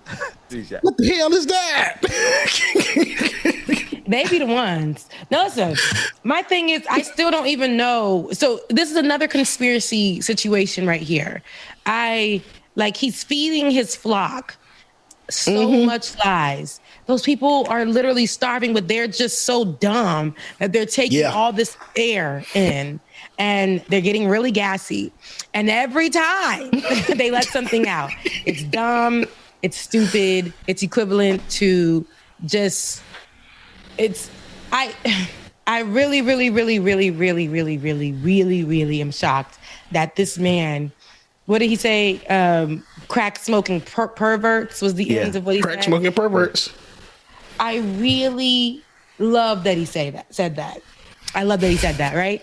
It's in line with the rest of those evangelicals. And how they can go the far, like so extreme when they're supposed to be Christ-like. There's nothing Christ-like about G.I. Jesus. Like there's nothing Christ-like about that man or the other people that we put on this show that are evangelicals who are supposed to be giving their flock something else. And they're not. There's nothing like how he's spewing out nothing but hate. Yeah. And they're there for, and this is something I heard Professor Mia Bloom say that I want to latch on to. She said, I don't want to throw them away because she feels like some of them can be brought back from the brink. Do you echo that sentiment, Rebecca, in the sense of, because you framed it well there in terms of the people in the audience. Some of them have come there for whatever you go to church for love, for whatever reason you go to church. Somebody in that audience went there for that, and this is what they got. Do you feel like some of those folks are redeemable, or do you feel like we can't afford to even worry about them because the violence that they're talking about ultimately is going to fall on Black people? Yeah, we're going to be the ones. We're going to be the targets. Now, listen, I feel that I give everybody grace. That's my, that's just something that works for me. Now, does everybody deserve grace? No. What this pastor is doing, I think, is not redeemable for me and my home. Okay? That's not redeemable for me and my home. I just watched a show on Netflix called Enemies, The Best of Enemies. It had Taraji Henson in there, and she's playing Ann Atwater, I believe. And yeah, Atwater, I think so. And she was an an activist. I forget where the location was, but it was somewhere in the Midwest, if I'm not mistaken. But she became, because they needed to integrate a school, and she became somebody on a charrette. And that's at the time where they would put two parties together, one from opposing sides, and for them to just duke it out themselves instead of the city or state getting involved. So Anne sat on the side of saying, listen, the Black kids' school burned down. Go ahead and integrate the schools. Now, the white man, I forget his name, CP, whatever. He was the leader of the local KKK members out there. So he was like, hell no, we don't infiltrate with no Black folks. They ended up actually, so long story short, Anne kept pushing through and showing that man grace. Now, I don't know for me if I could have did the same thing in that sense. But right. Anne kept doing what she needed to do in that sense. And she kept showing him grace, but then he was letting him know. It wasn't on no, like, you know how the movies be like, she let him be white and disrespect her. No, she was showing him grace and saying, hey, listen, you got a lot going on in your life. I got a lot going on in mine, and I'm not going to back down for these Black kids. I'm going to keep fighting for them. But in that same sense, I need you to know if these Black kids go to these schools, nothing ain't going to happen to your white kids. It'll happen to my Black kid before it will happen to your white kid. Okay? But we can't have these Black kids in this school, in this school that's been burnt down. Half of it's been burnt down. You know, they're behind on education right now. So I'm going to keep fighting for that. And she ended up like finding out that he had a son that was mentally ill. And she did him a favor because she knew a Black girl that worked at the nursing office at the home, right? The facility. Did him a favor, put him in an independent care for him in that facility. And he couldn't understand why she kept giving grace. That's because that to me is the heart of people. We don't you're taught to be hateful. You're taught to be nasty. Okay. I know as a Black person and as a product of immigrants that I'm different from white folks, but at the same time, I'm not going to turn around and treat white folks nasty just because, right? I'm not going to do that. But these white folks be walking around here like it's just, I'm not going to mess with you because you are Black. I'm not going to deal with you because you are Black. But the way that she did that grace, she gave him grace, at the end of it all, he ended up seeing it, literally did things that his the people that he taught to hate, y'all. He taught, just like these church members or these church leaders, these pastors are teaching their congregation to hate. That man taught a lot of people to hate Black people. He shot up a white woman's house because she was dealing with the Black man. Okay? He sent out other white men to potentially like scare a white woman. And they basically raped her. Okay, so it's like all of this happened. It was just so much that these KKK folks did, but he realized he had to step away from that, and he took an opportunity. He knew he would lose a lot. He said since then he lost a lot. It's like they took away his business, they threatened his family, all kinds of things happened to him. But he said the way that he saw that grace in that woman, and to me, that's what we are. I think Black folks are sitting here to be a light, but sometimes the light has to come in the form of a fist to the face. But that's neither here nor there. I just say this to say what that man was doing was not right. He's leading these people just as the KKK folks lead their people, white nationalists, all of that in one. How they teach and lead their people to be nasty and hateful. There is no togetherness. There's no love in that. There's nothing in that. But shout out to Ann Atwater for having the patience to deal with it. But she was such a fighter. She didn't care who she was talking to. She was walking up in these buildings, talking to these white leaders any type of way. She'd walk up to them and say, turn around, I'm speaking to you. And when I'm speaking, it's very important to any kind of white leader. They were afraid of that lady.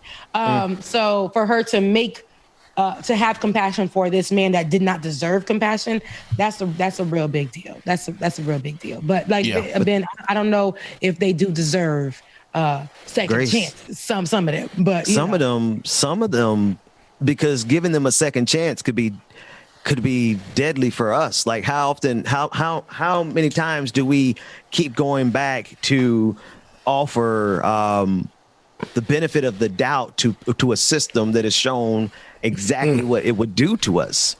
I mean, from top to bottom, you go from the White House to this tent revival.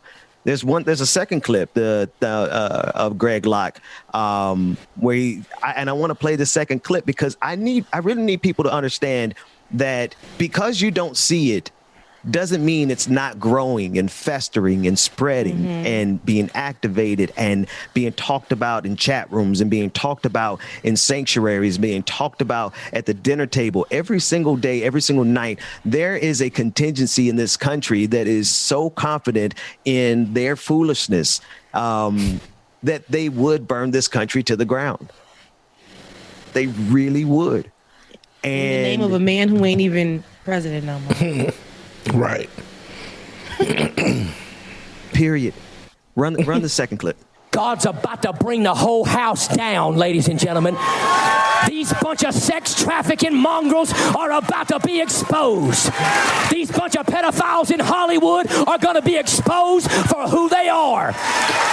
I don't care what you think about fraudulent Sleepy Joe. He's a sex trafficking, demon-possessed mongrel. He's of the left. He ain't no better than the Pope and Oprah Winfrey and Tom Hanks and the rest of that wicked crowd. God is going to bring the whole house down. I said he's going to bring the whole house down.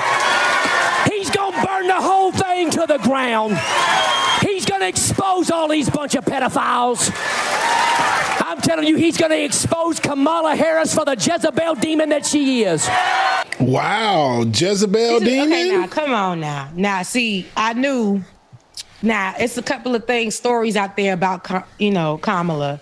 At the end of the day, y'all all up in her bedroom, in who she's with and why and the connections. It's a lot of folks out here. Your mama, right? Because she probably was down the street, up the street with cousins and them, and the connection was probably the same. So stop playing. Talking about Jezebel spirit. There's a couple of them in the room right now that you're preaching to. Okay. All on. So, aside from that, that room itself looks very, very Trump rally-ish. They're trying to do the what was it? A crusade? What was that? The reunion outside. The revival. The revival of the right wing, ridiculous white folks. I just can't. He literally is preaching to these people, and they're like shouting him down. But even in the way that they're shouting him down, do they know? It just looks very like press button and scream. Like, press button and shout me down. Now sit down. Yeah. Like, it's giving, I don't know. There's nothing, bagging feeling. There's nothing that I don't feel, no. Ain't no spirit in that. Feeling it. Ain't no spirit in that. Ain't no spirit in that. It's all the same thing. These congressmen and senators and everybody just paying this man, hey, just go teach our rhetoric. F the word. He ain't got nothing that you just said came from no part of the Bible. You just made all of that up. That's how they taught us, though, right? That's how they taught us. That's how they gave us the Bible. That's how they gave us the word. That's how they fed that religion to us. They gave it to us knowing that if we were to read what it really was about, it would be totally different. So they gave it to us different. And how they're giving it to their people now. And that's look at them. They're so dumb. And they can read. These little dumbasses can read, but they're choosing not to. And they just in there eating it up, just like, yes, go, yes, Lord, thank you, Jesus. Jesus ain't got nothing to do with that man talking about. Harris with the Jezebel spirit, my God. Watch this. Were like, Rebecca. Oh, Jezebel. Oh, God. Rebecca James, watch this though. You said it, Rebecca. Rebecca, you said that they have the ability to read the word for themselves, right? They kept us from reading the word for ourselves because they knew. Matter of fact, it's the Thomas Jefferson Bible, right?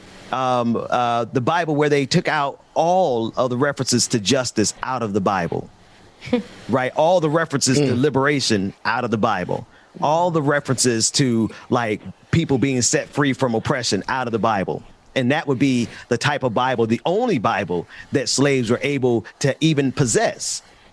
But they couldn't even read it they kept us from reading it because as we read and got that knowledge, there was a level of truth that we got and authority that we got because we realized that what we've been going through as Black people in this country has been so deeply rooted through history because there's something that happens as Black folks. We have they messed around and oppressed us. They should have left us alone. They should have never brought us to this country. They want to tell us to go back to Africa. Y'all made the mistake of brought us here. And now all this black magic, all this black girl, black man, black non-gender conforming magic is too much for them to handle. Their brains are starting to break. At the beginning of that clip, he said, they're going to think I'm crazy. I'm already crazy. Yeah, bruh. You lost it a long time ago because you cannot handle being the incompetent white male, mediocre white male in the presence of so much black greatness. Facts. You about to speak, boy.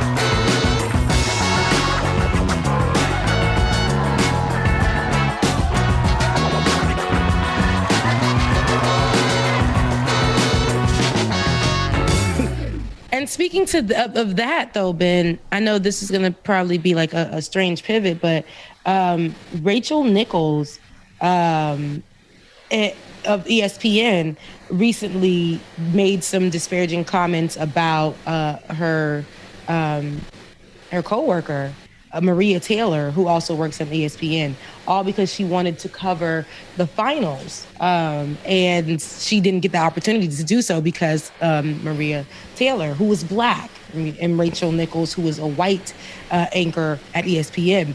And like you were saying, y'all upset because y'all don't put us in position, and now we just, our greatness is gonna shine eventually, right? And no matter how we were enslaved or whatever, we popping out in greatness, the greatness that you guys wanted to keep hidden. So in this space of sports, we know Rachel Nichols is very well known in that space, right? Just like Jemele Hill was, but we know that they've risen Rachel Nichols to a certain point where she just gets to sit somewhere and be that person and go, like just be the face of it all and go. But she made some comments about Maria Taylor, who, again, I said was a Black sports anchor on the show or on the network, basically saying that, the position was given to her for the NBA Finals.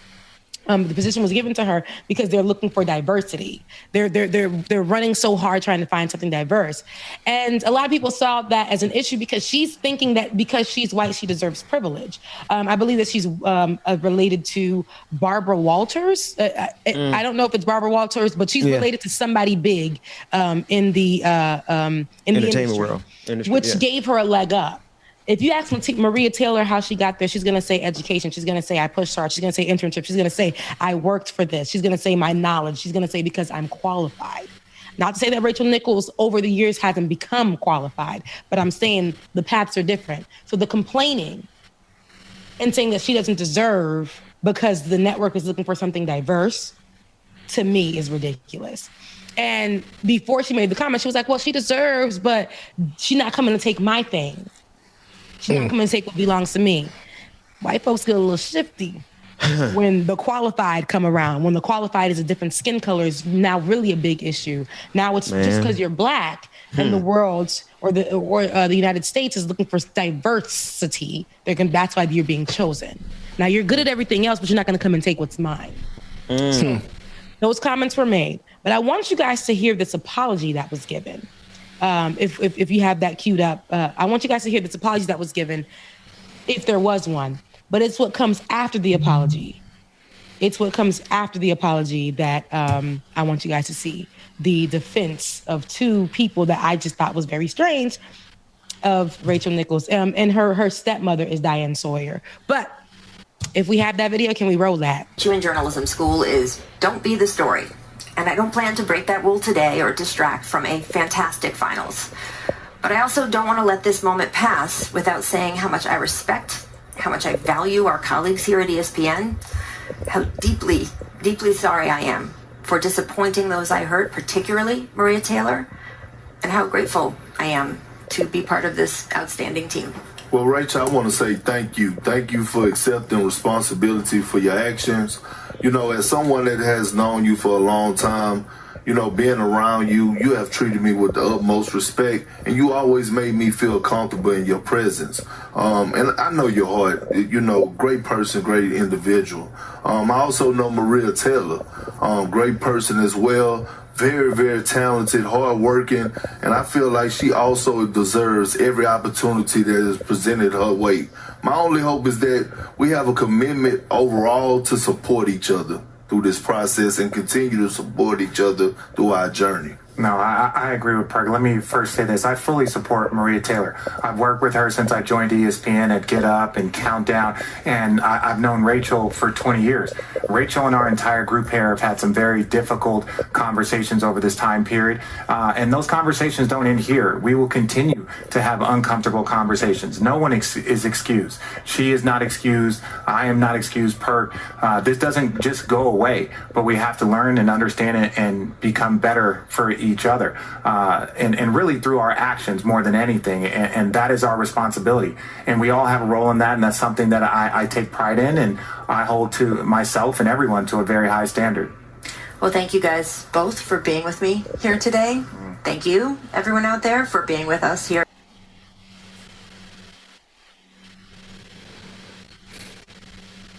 Rebecca, you're on mute. No, I could. Oh, okay. Sorry. Go ahead. Yes. I'm not on mute for you anymore, Bubba, because I got to make sure you hear me. Okay. Okay. Thank you. You know how I just discussed Ann Atwater, the activist Ann Atwater, giving grace in that moment. Yeah. I don't believe in this particular instance that Rachel deserved grace. It's her relationship within the company. And again, my mistake, but the correction is Diane Sawyer is her mother-in-law or stepmother. That's her relationship. And we know how big Diane Sawyer is for one of these networks. ABC, if I'm not mistaken. Yeah. Very big. Which owns ESPN. So all she has to do is make a phone call, or all she has to do is say she made a mistake, or all she has to do is say, what was the mistake? But here's my thing. If we look at this, there was never really an apology given. It was just like, Maria Taylor, you're good. I said what I said, and I'm not racist. And here are two big black men on ESPN who could definitely co-sign me. Yeah. And that's all that matters. Now, as he was speaking, he was like, well, I've worked with her a long time. Is that what I got to say, Master?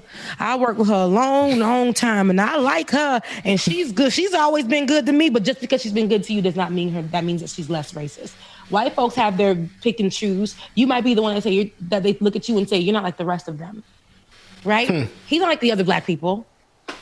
He's not like that. But just because that person is good to you doesn't mean that they're not a racist. Or just because that person is good to you doesn't mean that they're not using their white privilege to move forward. Maria Taylor deserved an apology. And Rachel Nichols deserved to be removed. Yeah. Definitely. And that's on period. We saw what happened with Jemele Hill on ESPN just because she spoke about her political stances, and that was against Donald Trump. But we saw other men, specifically white men as well, on that network speak in opposition of Donald Trump or speak backing Donald Trump and keep their positions. But Jemele Hill spoke, and it was, politics and sports don't mix. Shut up. Right? Shut up. Lost an opportunity, and then finally decided to get out of there, right? Maria Taylor had the whole community on social media, black and white, say, why is Rachel Nichols still in this seat? Why does she get an opportunity to not apologize? Why does she get an opportunity to save her face? Did anybody else ask Maria Taylor how she felt? Why didn't we get her conversation on here? Why didn't we get the conversation about how racist ESPN can be? Why didn't we get that conversation? Why? What you guys did was save face and bring two big black men in to protect this little old white girl. Right? But no, who was sent to go protect Maria Taylor? Because in all that whole conversation from both of them, it was more said about Rachel Nichols than it was about Maria Taylor. As two black men speaking on a situation that should have been spoken about, the racial issue, the white privilege at play, the disrespect that came out of her mouth, right? There it is. They should have been speaking on that, but instead they spoke more so about Rachel Nichols' character to them in that environment than how disrespectful Rachel Nichols, as nice as you've been to us, we can't see you do our sister like that. We need you to recognize that you were wrong. And that was very racist of you to say. She deserves that position, whether she beats you out for it or not. She's qualified. Rachel Nichols deserves to be treated like anybody else would have on that show. If it were any of those two men that would have said something like that against someone else, it would have been a problem. We wouldn't have seen them again. Yep. They're interchangeable. They can just pick another big black man who used to play for the NFL and put him in that seat. Wow. Instead of saying some truth at that moment. And if they had spoken some truth at that moment, then they would have been broken free and they would have had their own narrative to talk about versus just saying, well, I'm going to say what's going to be good for this seat. No, say what's good for your blackness, my man. Like, you no longer have to walk in that anymore. We were counting on you. What happened when, and here's my thing too, it was believed black women, which is still a thing. I know a lot of sports players who still say that, but I remember when it happened to Jamel and everybody was, some people were reluctant to stand in solidarity with her, at least in public, because they didn't want their positions to be tarnished or they didn't want to be feeling like, they were choosing a side in public when their jobs are riding on this. But I feel like in this particular moment, that could have been really big for the network, that those men flipped the script and did something against what the network told them to do. And that was tell the truth and speak from a racial perspective instead of a white perspective and protecting white folks in this moment. She was wrong. And if it was somebody else, it would have been an issue. But because she's so protected in this space, not only because of her whiteness, but because of her heritage within this space, mamas, sisters, connections, all of that. She's protected. What's his name? Is it Steven Smith? Is he on ESPN as well? Is that the one that, he'll stand? Stephen A. Smith. Let's see if they're going to say anything. Yeah. The one that's out of no, Kobe Bryant was the best player in the nation. Yeah, him. I do want to see what Stephen A. Smith has to say. Salem, but he said some things that be wrong sometimes. But that's one man that speaks his mind, though. Some things I don't agree with when he says it, but some things I do. But at least he's speaking his mind when he's speaking. I really do want to know what he says. These two brothers right here, I think it was Perkins. Bandwagon. I can't do it. I can't. Just me watching that right after, you wouldn't have even known they was in the room the way they framed sister. Okay, the way they framed her, just sitting there like, I said something that was bad, but it wasn't all that bad, and I really don't regret it because I deserve. I mean, she deserves too, but she doesn't. Can we unpack what she said for a second, James and Rebecca? Because that is the under. I mean, I think this is why you said it was a strange pivot, but you saw the connection clearly to everything that we've been talking about. She got the nerve to question the qualifications of this sister when she there based on the hookup. Y'all see how white supremacy do us in this country? And at every turn we've seen, James, how many times have we been 10 times more qualified for the job? But at the end of the day, they went out because they know somebody that knows somebody that knows somebody. That's it. I'm just curious, and our parents have taught us, you come back to the 3-shot, our parents have taught us that we have to be 10 times as good to get half as much. And they on the other side have been able to be mediocre as Pastor Greg Locke. Mediocre as Donald Trump. Y'all, is this the best that white supremacy can do? White supremacy. This the best y'all got? That's all I got. They're going to try to come hard for it. And let me flip it on its head. Let's take it worldwide. Because I don't know if y'all heard the story. We don't have enough time to cover it, but definitely want to cover it tomorrow. They disqualified the Nigerian women's Olympic 4x4 relay team due to a mess up on the goddamn, what they call the cones? The cones? The cones or something, yeah. And... everybody's talking about what happened to Sha'Carri was just, it just happened. It's nothing real. This is not a racist moment. Okay, go do some facts, people, and do some reading. Not only that, because you'll find out it's more. Also in the Olympics, right with that story, right with the Sha'Carri story, right with the headpiece story that they're not able to wear their caps. The African head caps. Along with that, Whitney Ashley, she fell short of Olympic dream in discus by a rule change. So USA Track and Field made it official by calling Whitney Ashley to inform her she is officially an alternate in the women's discus. Kelsey Card, who is a white woman, who finished one spot ahead of Ashley at the trials, but has not thrown the Olympic qualifying standard, is going to go instead of her. Okay? Whitney Ashley literally threw the Olympic qualifying standard, which had her in place to go. Then they hit her up and was like, oh, no. We changed the rule, some kind of weird rule. And even though Kelsey Card didn't throw the qualifying standard, she finished a spot ahead of you. So we're just going to put her in. So it took that whole girl's dream away from her. Simone Biles. And she's so talented. She's so talented. They had to change the rules because the white folks couldn't keep up with little sis. They said that she was doing things that were not supposed to be done. She was doing these flips that couldn't be done. That's because we defy gravity. We're magic. So we literally pull up and we do things that you guys are trying to mathematically place together and things like that. We stopped dancing on TikTok. Y'all didn't know what to do. Okay. Man, for real. And this is what I'm saying.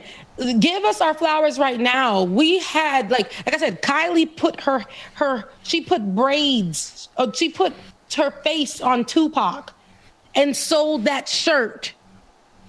Y'all, Kylie Jenner put her face on Tupac and sold that shirt. That one pissed me off. That pissed me off. This right here, all of this is just like, white folks can't do no wrong as long as they steal it from us.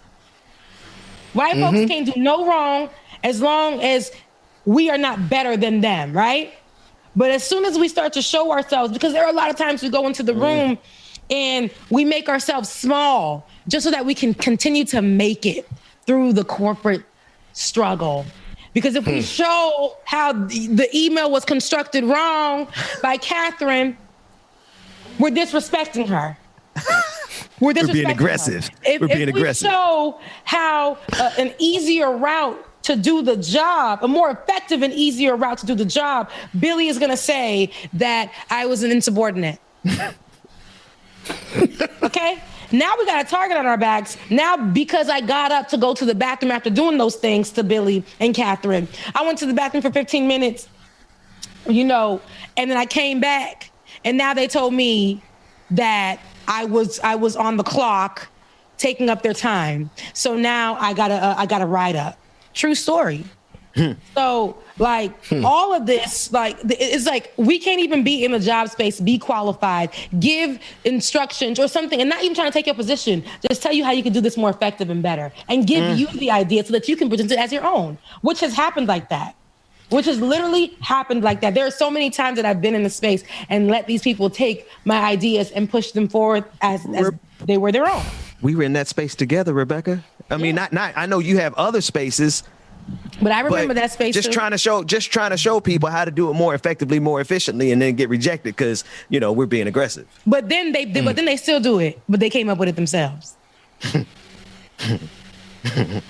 So it's a struggle for us.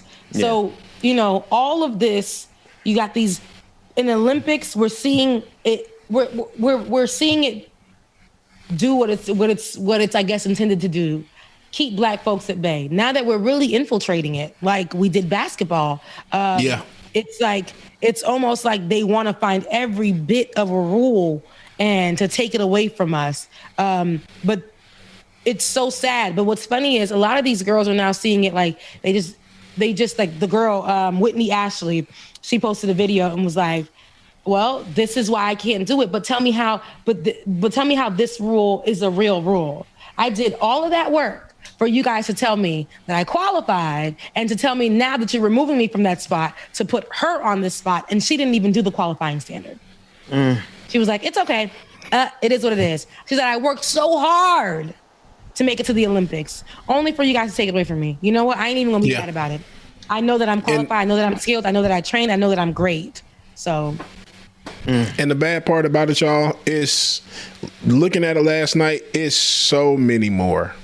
Yeah. Y'all, it's the Nigerian team.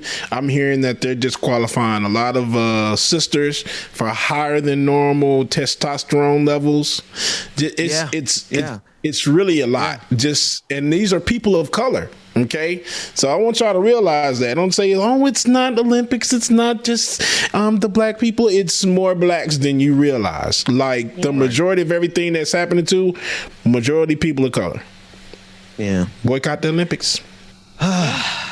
So I mean, God. Rebecca, I want you to get the last word on this segment, and then I'm gonna say something afterwards. And James, if you got, I don't think I'm gonna be that long, but James, I know you're gonna schedule. If you got to get out of here, I don't want to hold you. But before we do that, Rebecca, put a bow around all this for us, and then tell the people whatever you want them to hear. I ain't got nothing else to say. Black folks are great, and they're going to be great. Be as intimidated as you want to be. I want to take and follow in Ann Atwater's footsteps sometimes and give grace where it's deserved. Yeah. But then there are times for Rachel Nichols, she gets nothing from me but dust.